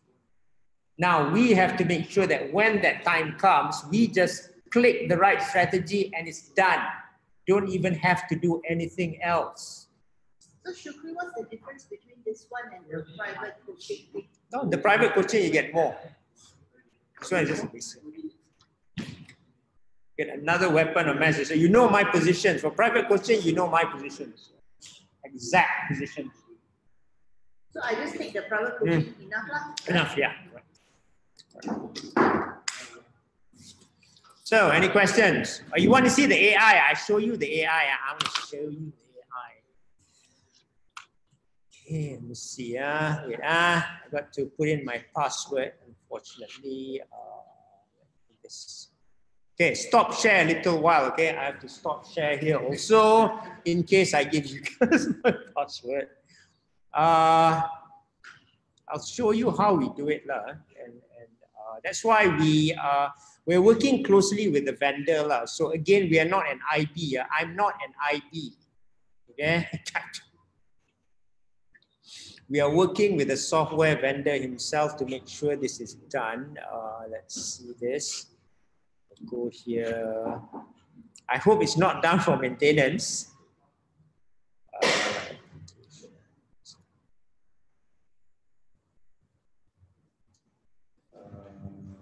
This, okay, let me call this out.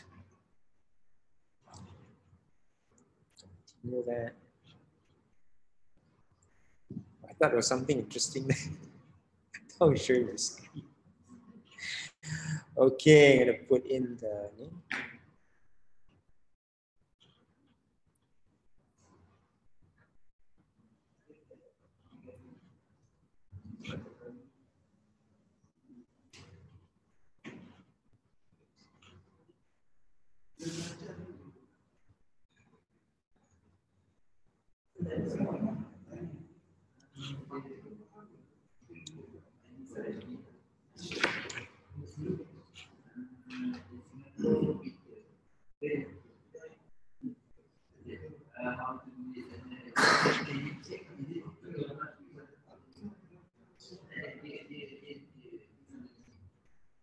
Okay, let's share the screen again.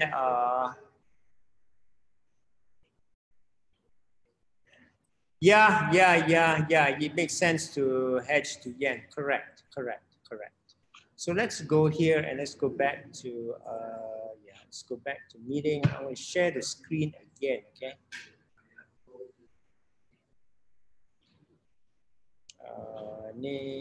Back to meeting, and I will share the screen again, and I will share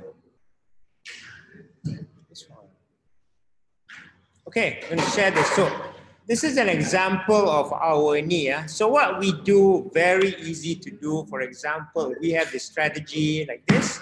See, this is NIA. Oh, the screen is not. Oh, okay. See, if I want to change this, I can change, of course, from hourly or whatever, but just say that I want to test this strategy. This is a strategy that I want to test. Okay, and I have all the data here, you know, look, I have all the data here. And what I need to do is simple, look, if I have this strategy running, and this is auto, okay? This one, I will know, yeah, this is not good. This is not good. This is not good. There, I know that for this pair, which is USD Japan, USD JPY, I should run this strategy. That's how it's banked. You see? You think I can do this with human? Very hard to do, you see? And when I go, out. Okay, if I go here, this is GBP, like Euro GBP again, I can test again there. No, yeah, that's good, that's good, that's good, that's good, that's not good. So we can run every pair, okay? We run every pair, and what we're doing with our, the one who's developing the software, yeah, we will have a spreadsheet, and basically based on whatever happened before, it will have an algorithm to give us the best pairs to trade automatically during the following week. It is simple. Yeah. Yeah. It runs just like that. So rather than you guys doing normal Forex trades and struggling like a madman to make 100%, why don't you guys focus on the trade to make 10, 20 times and let us handle this? Not even let us handle. Let us program the machine with Wayne's help, the vendor's help, to make you at least 100% per annum. And we're not going to commit to that, although you have the right to say you underperform, 100%. It's okay. You don't want to say anything more. Okay? You see that? So all the data is already here. What's AUD, JPY, USD, JPY? Yeah, what's this? CAD, JPY. I don't know. Okay, let's see AUD, JPY. Right? We like this pair. See, we see this. What's the strategy here? 22, no good, no good. Yeah. So here we know we have to go RSI strategy. See, it shows you the thing. And we can choose the time, when to go in, when not to go in. That means we can decide to go in the most volatile time. The rest we chill automatically. Isn't that good? So if you see Mr. Sensei, yes, people will, how can Sensei do so many things? Tak logic betul lah. You answer them like this. Sensei can do so many things because Sensei is very clever. He simplifies things. He doesn't have more than one option. I have one or two, right? I choose one or two. Like I said, when even in crypto, right? I only have Remitano or Luno. That's it. If one does not do well, I find another one lah. So if I get married, I'll be very loyal. I do not have many options. I keep it simple enough. Okay. For this, what do I do? Because I said that I want more time to do good to the people, and Johan wants me to do 30-minute talk. What do? I suck on to a machine because the machine is more cleverer than me. What do? How do I know I'm going to get the best results? I work with the vendor, not an IB. Understand? And that's why the level of confidence is very high. And once we launch the fund, because this is going to be a fund under a US bank, it's going to be very expensive. You will need a lot of money to get in the beginning of the place. But as my students, you can get in. Good enough. Okay, any questions, guys? So, for people who have lost money in shares, yes, we can take a look at you, and we can see how we can get it back. But again, do not force us to go over 96 a year. Don't put extra pressure, okay? We can say that, it will probably be more than 96 a year, but okay. It's probably more than 96 a year, but we only commit to whatever we can commit. We don't want to commit more. Okay? So, for people who have lost that, and we can even help them recover their money back. Yes, any questions? Now yes, Jeff. How do you feel learning the class? Huh? What? That's why. I simplify things, Imagine if you were going through a normal course, you would never start to trade because there's too many things. But how can these guys start to trade? He's not, see, he still has a lot of questions to ask, right? And yet he made money, right? Why? Simplify. See? He still doesn't understand, right? See? But if you wait to understand, you know what will happen? You'll miss everything. Because there's no time. There's no time. We have to start putting in the small trade so that, you know, when the big move does comes, we are in the move. Yes, any more questions? Oh, questions, cool. What about buying? Yeah, physical cash is okay. If you can do that, why not? Sure, can. Buying physical cash is good. So we are the only group that can, that can rescue people. We are the only group that can rescue people. But again, I always think it's an evolution because you get better and better. You know, we don't rest on our laurels. We know that this is the big opportunity. So being a big opportunity, I also do not want to do it manually because it doesn't make sense. If I were to do it manually, yeah, I'll go crazy. Two things. First thing, I'll go crazy. Second thing, if I were to do it manually, then there's a lot of things I can't do because there's just too many moves to make. Leave it to a machine. Right? But you also do not want to leave it to a machine if it's going like that. Then it's very risky. So this is one of the times where we are working actually with the vendor to program the algorithm to meet what we want.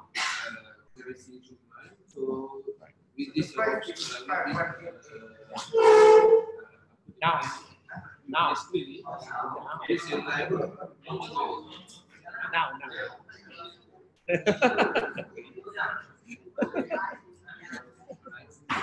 Okay.